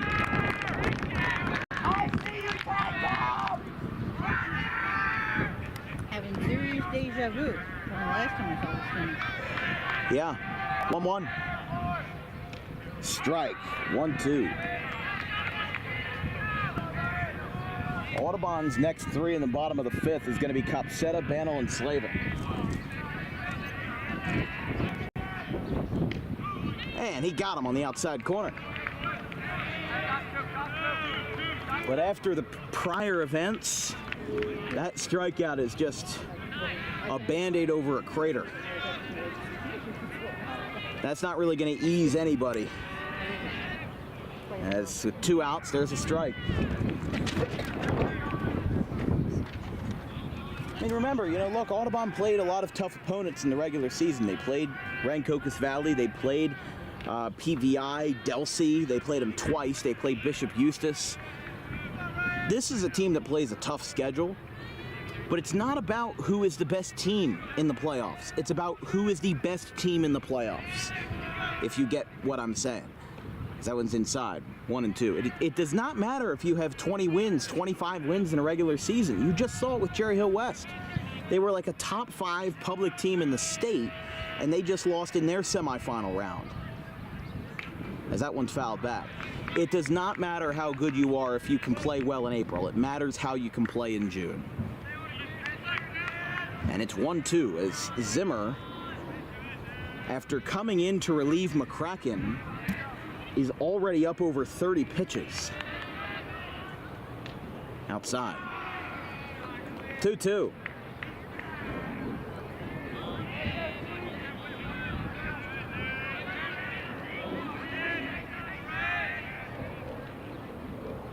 That one is down. He gets behind Banel. He didn't know where it was. He's not even running for it. He's just waltzing over there to pick it up, and it's 3-2. It moves Koblenz to third.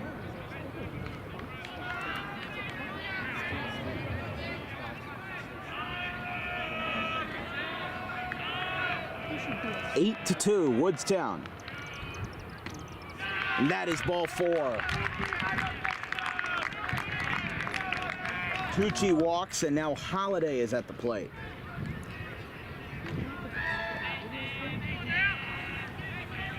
So Woodstown, after batting 9 in the 4th, is at their 8th batter of the 5th. They have batted 17 men in the last 2 innings and have gotten all 8 runs across after really not having much to say for it, and they're just going to let them go. They're just walking all over him right now. They are in his head. They've got the key to the city. There's a strike. 0-1.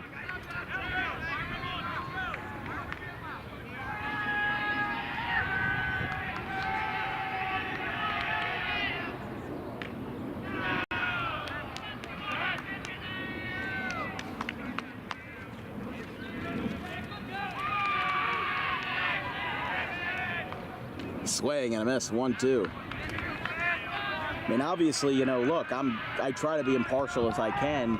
Audubon's a school that I've been a part of since I was in preschool, and if they don't win this one today, this would be my last one, at least as a full-time broadcaster for Audubon High School.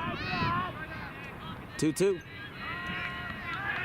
Woodstown has put up 8 in the last 2 frames, and Holiday swings and misses, inning over. But Audubon will need a little bit more than a tourniquet as Woodstown gives their blue and orange a standing ovation after the offensive barrage they've put up. 8 runs in 2 innings and 17 batters. We go to the bottom of the 5th, 8-2, Wolverines.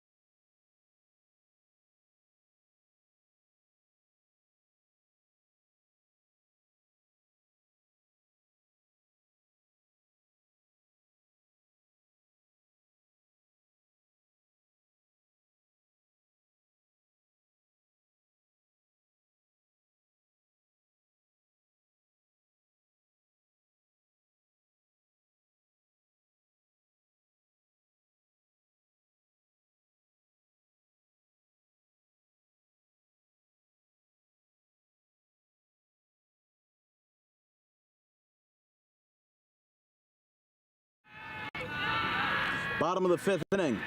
Here on DWB, and Woodstown has put on a show for the ages, and they have silenced this home crowd. The dugout still got some words of encouragement, but it certainly is not the same emotion that we saw when they were up early in the 1st inning. Woodstown scored 5 in the 4th and 3 in the 5th for 17 batters through 2 frames. As Copsetta takes low. Cream of the crop for Audubon in the 5th, as it's Copsetta, Bannell, and Slavin. 2, 3, and 4 for the Green Wave. So we said both of these teams with 9 losses on the campaign, but a very similar amount of wins. Audubon 19-9 after their playoff win versus Haddon Township. And Woodstown at 17-9 on the campaign, 2-1.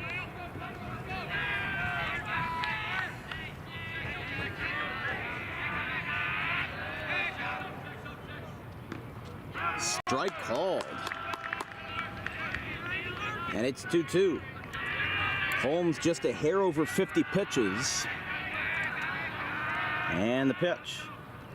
Copsetta lines this one into straightaway center, but it's going to go over his head.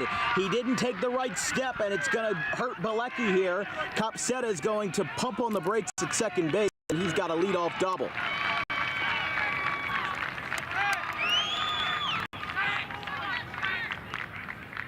Copsetta goes 2 for 3 now with his second extra base hit of the day. He tripled in the first after a miscue in right, and now plays off of another miscue in center field, but not scored as an error, just a misstep.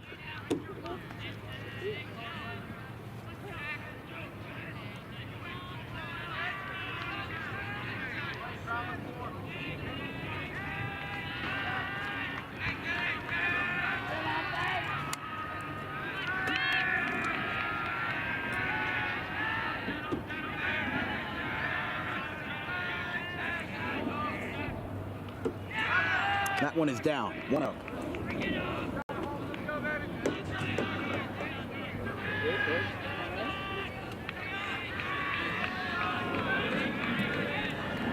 To Bannell, who is 0 for 2 on the night but does have an RBI. High, 2-0. If Audubon wants to get back into this game, there's a lot of different ways that you can go about it. But my thing is start slow. It's not like you just gave up 8 runs in the first inning. You did it pretty late into the game. You've only got 9 outs to work with here in regulation. So you got to work slowly here. That was outside. He had some happy feet in the box. And it's 3-0.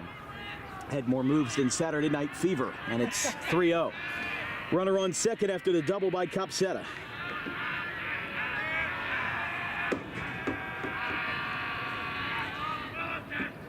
Strike right down the pipe, 3-1. Audubon with a runner in scoring position, but they have not had a lick of offense since the first when they brought 7 men to the plate and scored 2. 3-1. Ball 4. He knew it right away. And Audubon is giving Woodstown something to worry about here as Mark DeCastro is immediately pulling the plug from Holmes. After 3 innings of work, he gets pulled here. He will be responsible for both runners on base as they pull in the right-hander. Looks like Jack Knorr coming in from left field. So that's a move that's out of left field. No pun intended. We go to a pitching change here on DWB with 2 runners on and nobody out as Audubon looks to bring some life back into their offense here in the South Jersey Group 1 semis. 8-2.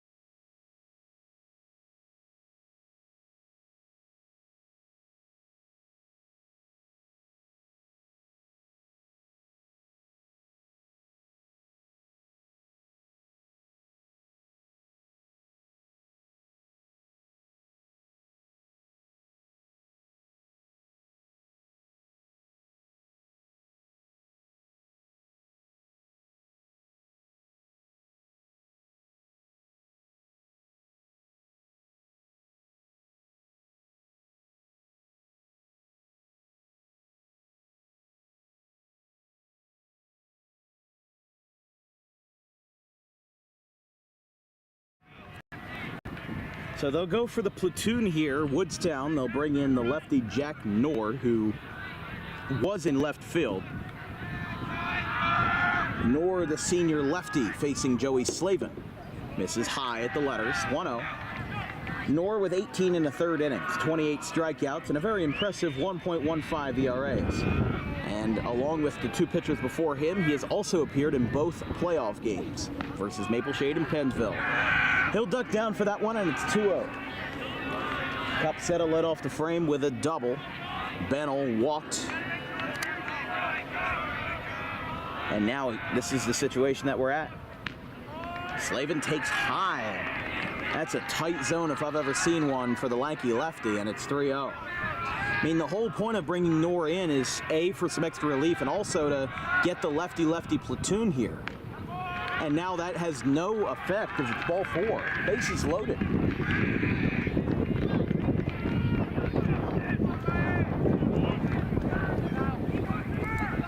Here's Ryan Zimmer with the bases loaded.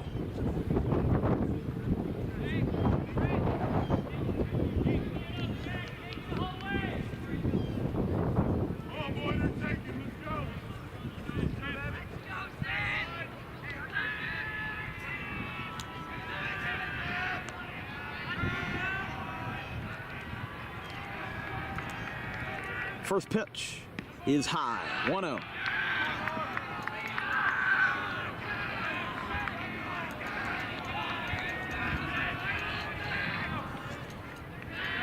Bases loaded, nobody out. Ryan Zimmer, the pitcher, looking to right his wrongs and make up for the runs that he gave up on the hill and compensate with his bat.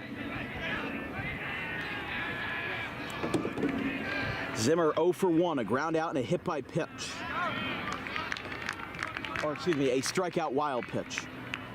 Couldn't read my own handwriting as it's 2-1. 2-1. Swing and a miss. He was behind on that one. Looked like it had a two-seam run to it. And just as these guys are talking it over, this is an active student section that we do not see very often in Audubon. You know, Audubon, I'm not saying they don't have a good student section, but for a regular baseball game, usually the turnout isn't like that. This is something that only happens once a year, and it's right here. Ball. And Nor staunchly disagrees. It's 3-2. Bases loaded. No outs, nowhere to run, nowhere to hide. He'll have to face the music. Nor with the payoff, and he pops this one into shallow right field. Spinelli going over. And he can't get it, but it's foul as Spinelli goes for a slide. Hopefully he's okay. I mean, that's a hard fall on that kind of grass. There are some rocks below that grass, and you don't want to hit it in the wrong spot because that's a pretty coarse surface. And it's still 3-2. 8-2 Woodstown. First, Bannell on second, and Capseta on third after the pitching change. That is ball 4, and the run scores. It's 8-3.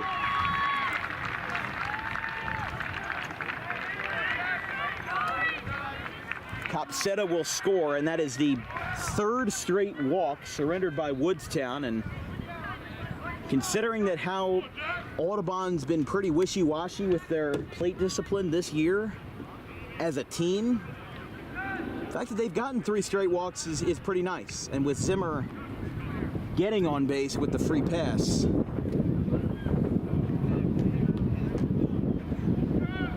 are they gonna leave him there? I guess they will.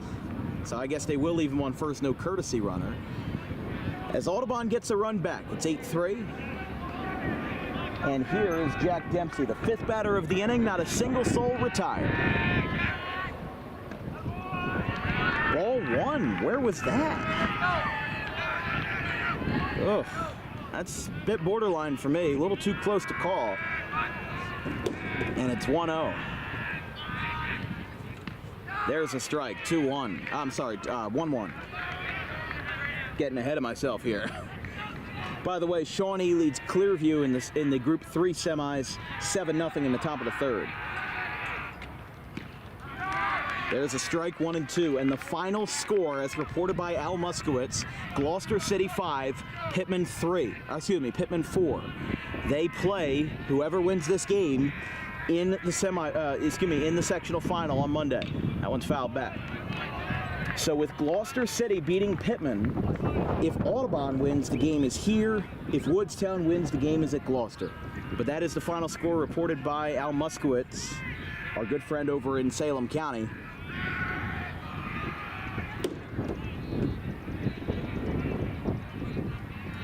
As the 1-2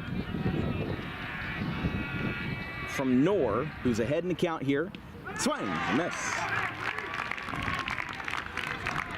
After 3 straight walks, that is something that was absolutely imperative. And there's one away. As here is Caladros. And they got the bases loaded here. You got to bring at least 2 of these guys home to have a chance in the 6th and 7th. Inside, 1-0. I mean, this is the part of the game where you can look at that 5-run lead and say, oh, they're in front comfortably, but they're not. In baseball, no lead is safe. No lead is for certain.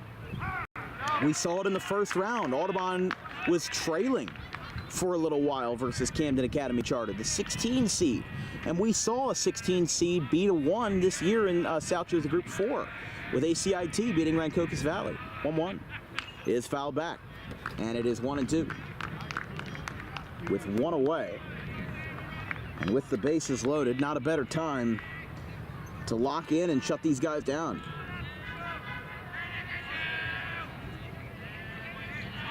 One ball, 2 strikes. And the pitch from the lefty is a high chopper. This could be 2. They'll get it out to Pedrick. The throw to first. He slides and he is out, but the run scores and it's 8-4. So Caladros with a valiant effort, but he does not get to Pedrick, that is. So again, they did the best that they could there. They couldn't hold all the runs at bay, but they at least held most of them. And now they've got runners on 2nd and 3rd here.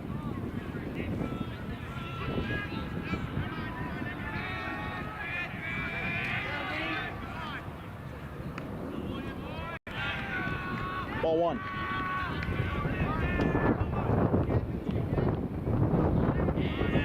So Audubon has scored 2 this inning. Here's Bryce Dempsey, who is 0 for 2 with 2 groundouts outside. And Dempsey, considering the prior stuff that we know about this strike zone tonight, he should use that smaller stature to his advantage, and I'm not surprised that he's ahead in the count here, just considering what we've seen. But no avoiding that one. Right down the pipe, 2-1. Gabe McCracken would be on deck if the inning continues. But Audubon has started to claw away a little bit with 2 runs. A swing and a miss. Way behind on that one, 2-2. 2 balls, 2 strikes, 2 outs here in the bottom of the 5th inning. After a 3-run top half by Woodstown, Audubon has responded with 2 of their own. 2-2 is floated in towards left center field. This could drop, and it will drop in front of Bilecki. Both of those runs will come in to score unless he gets it up the line. The throw gets away from Koblenz, and Dempsey gets into second base. He's got a 2-run double, and it is 8-5.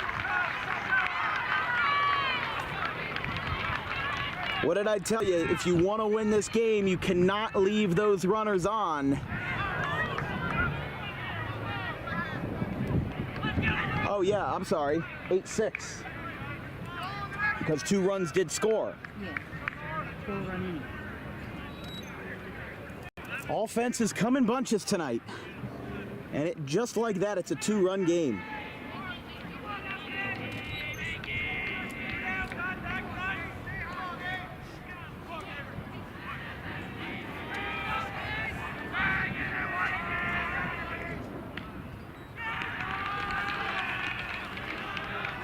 One 1-0 to Gabe McCracken.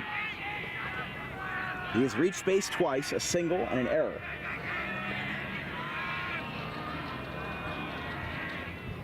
And a swing and a miss. 1-1. Even if Audubon doesn't get out of this inning with a tie game or a lead, the momentum is certainly there. And you've got to imagine the hype in that dugout is there. It's a little floater down the right field line. This could drop fair, and it will drop foul. 1-2 now.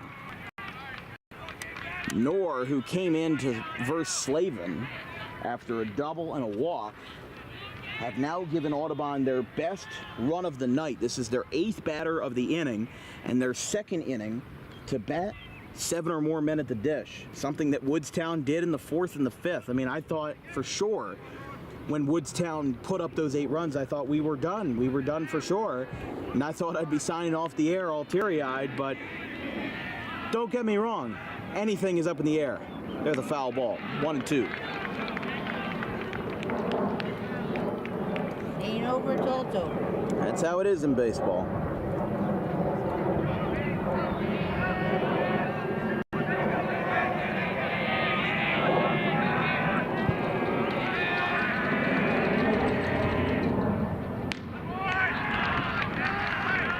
Two.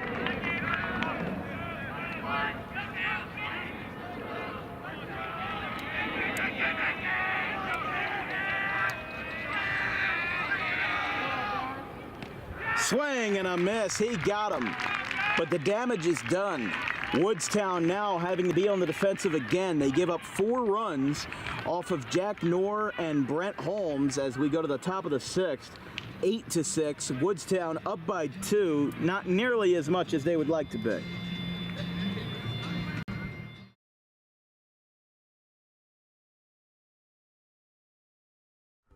Garden State Pet Center is an independently owned full-service pet store. Our specialty is promoting companionship between people and animals by providing the healthiest product choices available, including all-natural foods, supplements that support and relieve health issues, and innovative products for pet parents. Our goal is to provide our customers with a relaxing environment, and while we're not striving to be the biggest store on the East Coast, we're striving to be the best. No other pet store will make you feel at home like we do. At Garden State Pet Center, we view pets as members of the family. We don't believe in fast, high-pressure sales, but instead matching up the right pet with the right owners, as you are making a lifelong commitment. Together with our team members, we would like your visit to our store to be both enjoyable and educational. Simply drop in and take a look around. View the birds, reptiles, small animals, toys, food, cages, and miscellaneous items. Learn of the services we have to offer and decide for yourself if this is the store you'd like to call your home away from home. Victor Santucci, owner of Garden State Pet Center. Visit us today at 226 South Whitehorse Pike in Audubon, New Jersey. We're open 7 days a week for all of your pets' needs.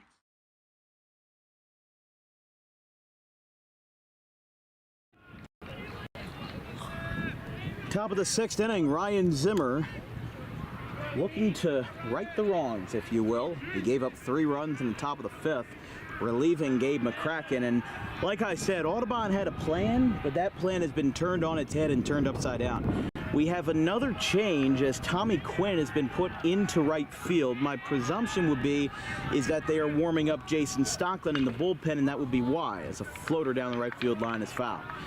The defensive lineup is still the same as earlier. Bryce Dempsey in left, Charlie Copsetta in center. The infield of Caladros, Wiltsey, Dempsey, and Slavin. Bantle behind the plate, Zimmer on the mound.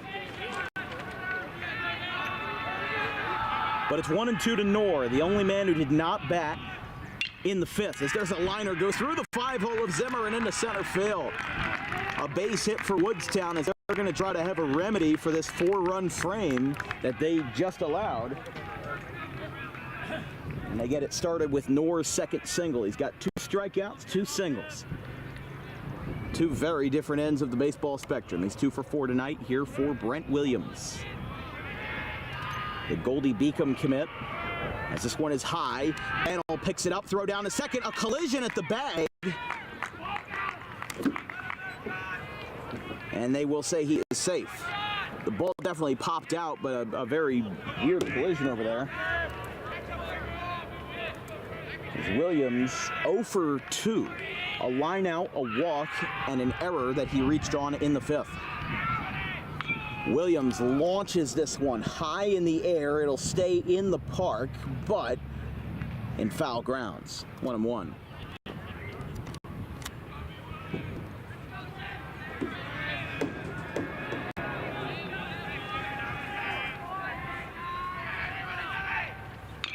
Little chopper up the third base line. Wiltsey's got it on the run. Throw. Slavin got him. One away.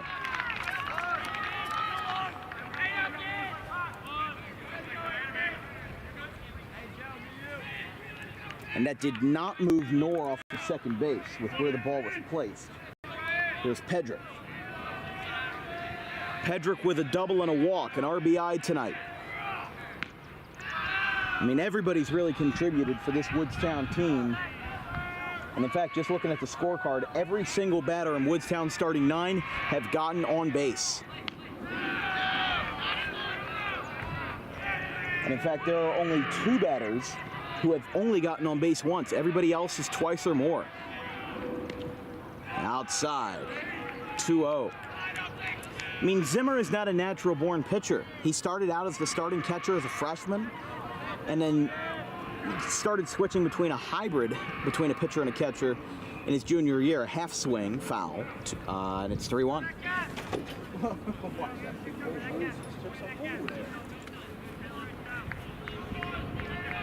2 balls, 1 strike. Here from Hank Greenberg Field. Woodstown's dugout is loud, and they're proud of it. It's high, 3-1.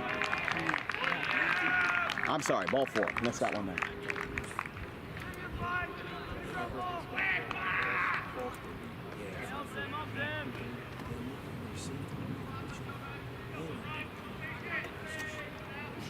Here comes out Wade Geis,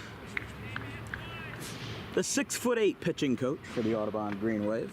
I feel like that has to be mentioned every single time he comes out to talk to those guys, but don't forget our next broadcast will be Saturday at noon, which is tomorrow, at Gloucester Catholic, as they've got the South Jersey Non-Public B sectional final between the Bishop Eustace Crusaders and the Gloucester Catholic Rams.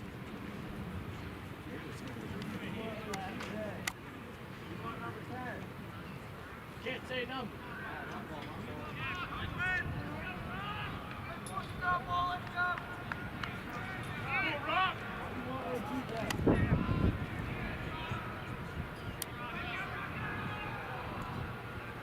By the way, a correction on the final score from Gloucester Pittman. It was 5-4 Gloucester, not 5-3.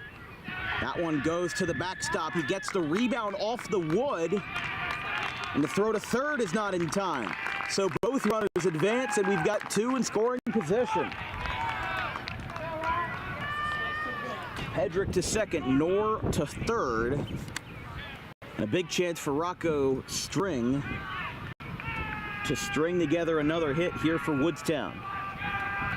1-0 from Zimmer. He looks back at second. He shakes off his catcher. He is set. Kicks and delivers. There's a strike. 1-1.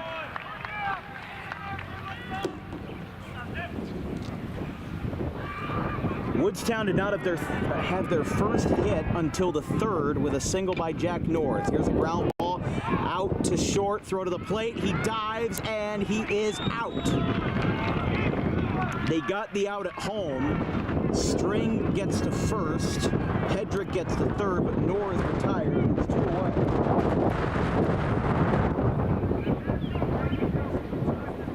That's exactly what Audubon needed there. They needed something to push the needle a little bit and change things up. You know, you had those 2 runners on, but as soon as Woodstown gets back on the board, that momentum resets and goes right back into the Woodstown dugout.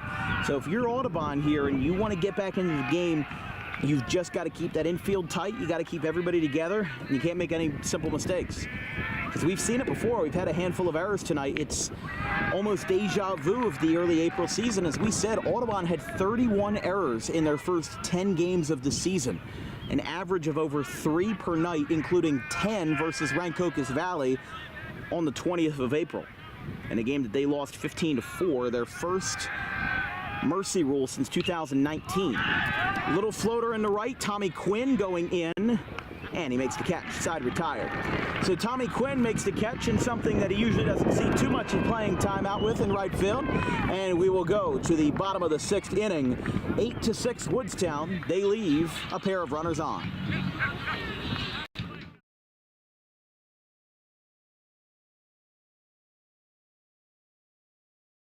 Tommy D's Home Design Center has opened a second location on Creek Road in Belmar, operating in Philadelphia for over 25 years and now expanding into South Jersey. Tommy D's is the place to go for kitchen cabinets, countertops, and cabinet accessories, heavily discounted compared to big box retailers. Stop in, take a seat, and watch as our experienced kitchen designer makes the kitchen of your dreams right in front of you. Tommy D's is the best in the business for quality kitchen countertops and cabinets that fit all budgets.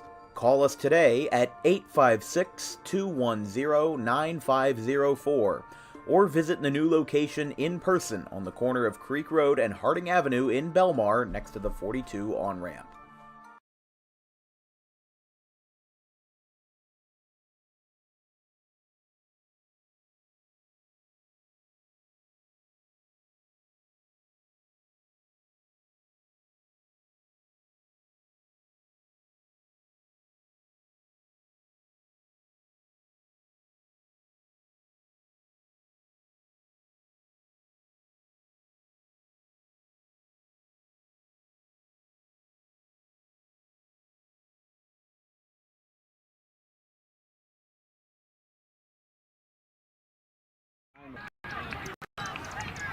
All right.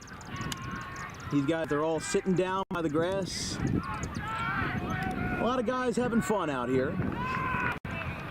Some members of the football teams, the wrestling teams here at Audubon. And here is Tyler Wiltsey leading us off versus Knorr. There is a strike.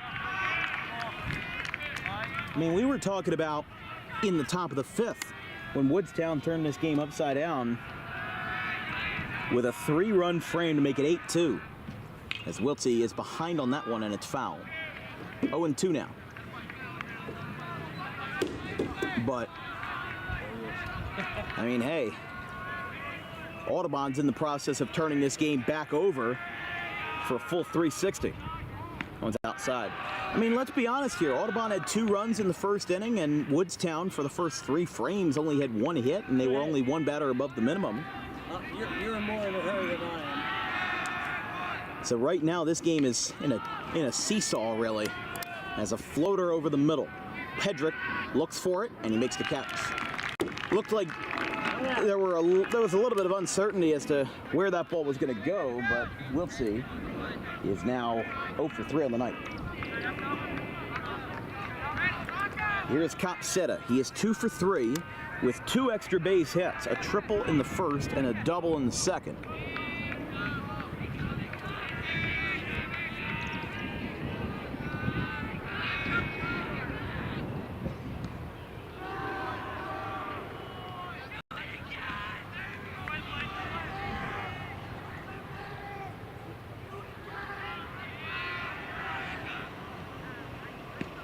Strike called.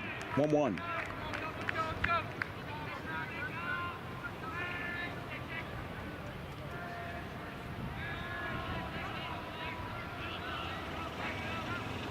Swing and a miss, excuse me. 1-2. That's 1 ball, 2 strikes. Copsetta, who doubled even with the lefty-lefty matchup in the prior inning, looking to strike again. 1-2. Line drive over the middle, stopped by Pedrick. Throw to first is in time. 2 away, and Audubon is down to their final 4 outs. Up next. Yeah, I was watching through the little tiny peephole. Okay. And I was listening to the play-by-play. There is, yes. I've got it. Yeah, I could tell. Here's Trent Bannell.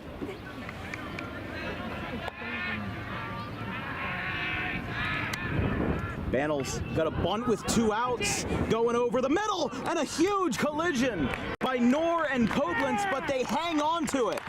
A great play, even though that sent some of them for a flight, as now Audubon is down to their final 3 outs after a 1-2-3 frame. They had the 4-run inning and a huge burst, but nothing else. Going to the 7th, 8-6 Woodstown.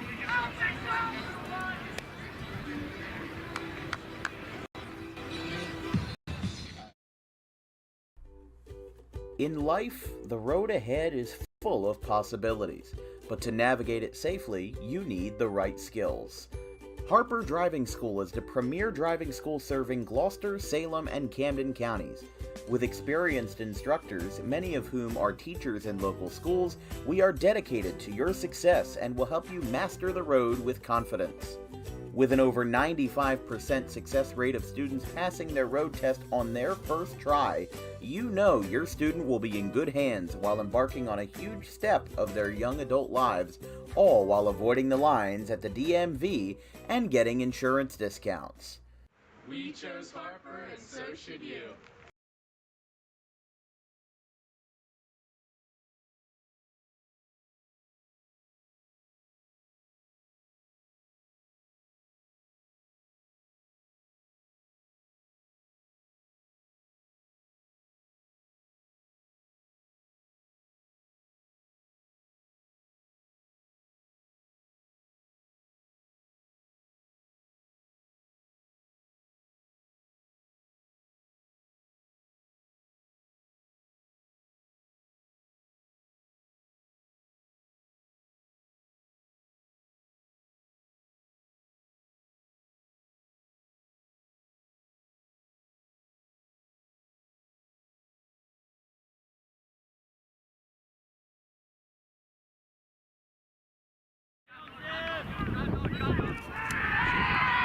Top of the 7th, Ty Koblenz leading us off. First pitch, line drive, foul. That almost hit the player that was coming in to retrieve the baseball from the warm-ups. Koblenz, Spinelli, and Tucci, 6, 7, and 8 for the Wolverines, as that one's high from Zimmer, 1-1. Zimmer is already above 60 pitches after coming in the 5th, giving up 3.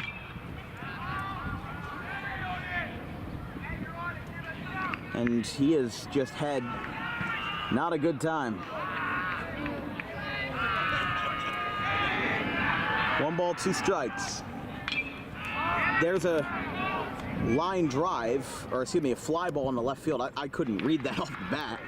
And there's one away. Koblenz is retired.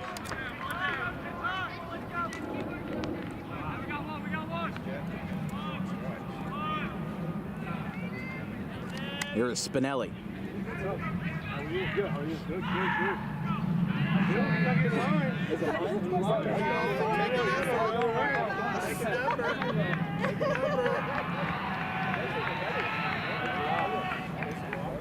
Zimmer's first pitch is a strike. 0-1. Misses in at the belt. And it's 1-1. Spinelli had an RBI in that consequential 4th inning. I mean, that's what turned this game around for good. As a ground ball to Wiltsey, he has trouble with it, and an error. The Rutgers commit ends up having a gaff. That puts Spinelli on. And here is Tucci, another consequential member of the bottom half of this order for Woodstown. He had a 2-run single. As we said, you know, that 5-run inning had a big part of, Daniel goes up against a fence and he makes the catch. 2 away. But here we are.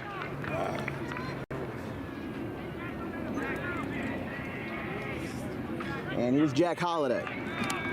He is 0 for 3. He has 2 strikeouts and an error, but he has driven in a run. It's 1-0. Audubon's first 3 in the bottom of the 7th is going to be 4, 5, and 6. Slavin, Zimmer, and Dempsey. That one goes to the backstop, and he'll hustle down to second base. He'll get in there. Spinelli, that puts a runner in scoring position here for a 2-0. On that play by Wiltsey, that was the 3rd error of the game for Audubon. The foul ball makes it 2-1.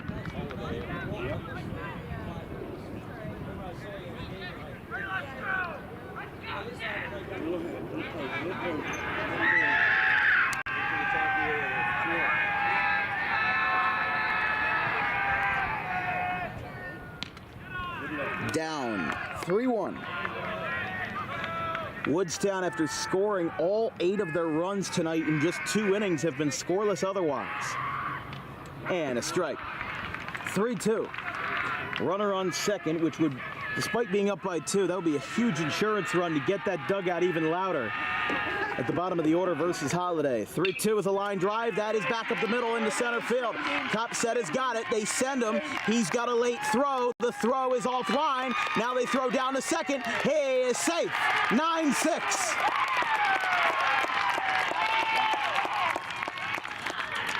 And a 3-run lead as Holiday drives through.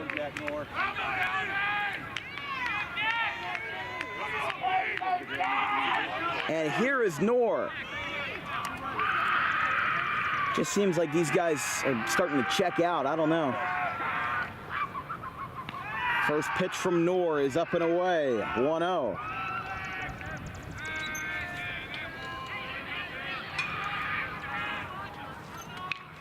Swinging a tapper foul. 1-1. With Woodstown back at the top of the card. This is their 5th batter of the inning, and the 4th straight inning where Woodstown has brought 5 men or more to the plate. Line drive foul, and it's 0-2. I'm sorry, 1-2. Did he? Yeah. 9-6 Wolverines as they get the insurance run that they've been praying for.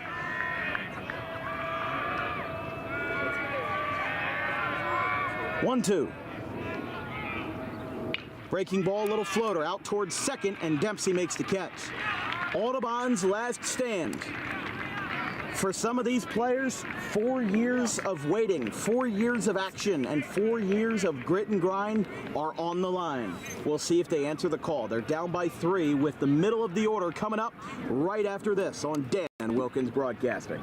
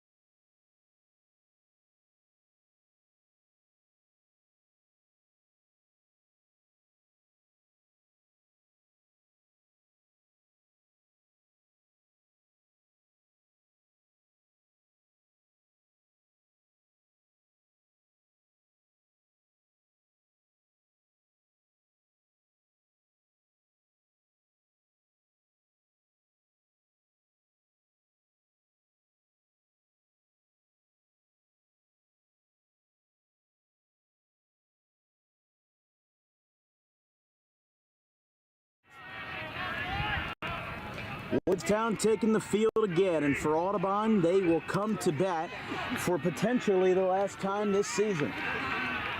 They've got a steep hill to climb. The 4, 5, and 6 men of the order versus Jack Knorr, who had a very rough first frame of relief. As now a little tapper. Out to second. Oh, he boots it. Throw to first. Is not in time. He got in there. And what seemed like something he could bounce back from ends up being a grave mistake, as the error is charged against Tucci here.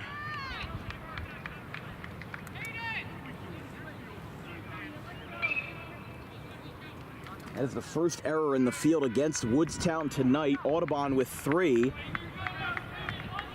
And they're making an outfield change here. They're moving Rocco String from right to left, and they're moving Spinelli from left back to right where he started this game. Bit of an interesting move here. There's a strike. As we said, Gloucester beat Pittman 5-4 in the semifinals, and the winner of this game plays the Lions. If it's Woodstown, it's at Gloucester. If it's Audubon, it's here. Swing and a miss. 0-2. Woodstown with a win would improve to 18-9. Audubon, in their what could be their last stand, would fall to 19-10 if they lose here in the semis. 0-2. Little floater foul over towards the first base dugout and Coach Jacobowski. 0-2.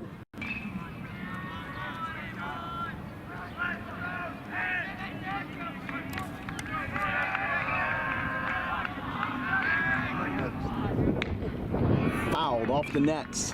0-2 again.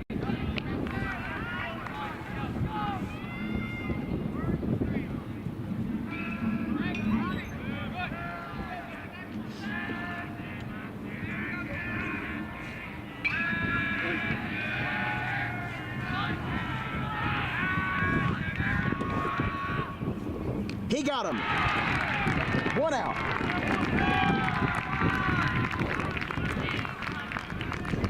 Knorr with his third strikeout. And they are 2 outs away from a 5-1. And a berth at the South Jersey Group 1 sectional final on Monday. Jack Dempsey, 1 for 3 tonight. Had a had a single in the first, and then a fly out and a strikeout.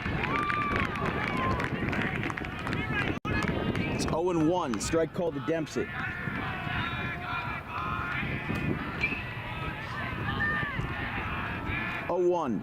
Outside, 1-1. Audubon got all of their runs in just 2 innings. 2 runs in the second and 4 in the fifth as a response to Woodstown's offensive barrage. But they just did not get enough to really get to that promised land that they needed. I mean, it was 8-2. It looked like they were dead in the water. And right now it's not looking great, but they're at least having runners on here. It's 2-1 with 1 away for Dempsey. There's a strike, 2-2. Caladros on deck. He has no singles, but 2 strikeouts, a fielder's choice, and a ground out. I'm sorry, a strikeout, ground out, and a fielder's choice. 2-2. And he swings and misses, moving his feet in the box. 2 away.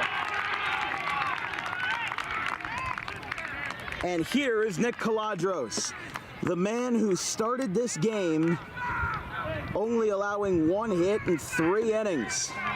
Now could be the one who ends it in the bookends. The first pitch, runner goes, and there's a strike. They'll let him go on defensive indifference. It's 0-1. If the inning continues, Bryce Dempsey would be on deck. It's 9-6 Woodstown. Swing and a miss, 0-2. Last chance, last call. Woodstown, who won the state title in 2022 over New Providence, is 1 strike away from getting another step closer. He got him, and Woodstown is back.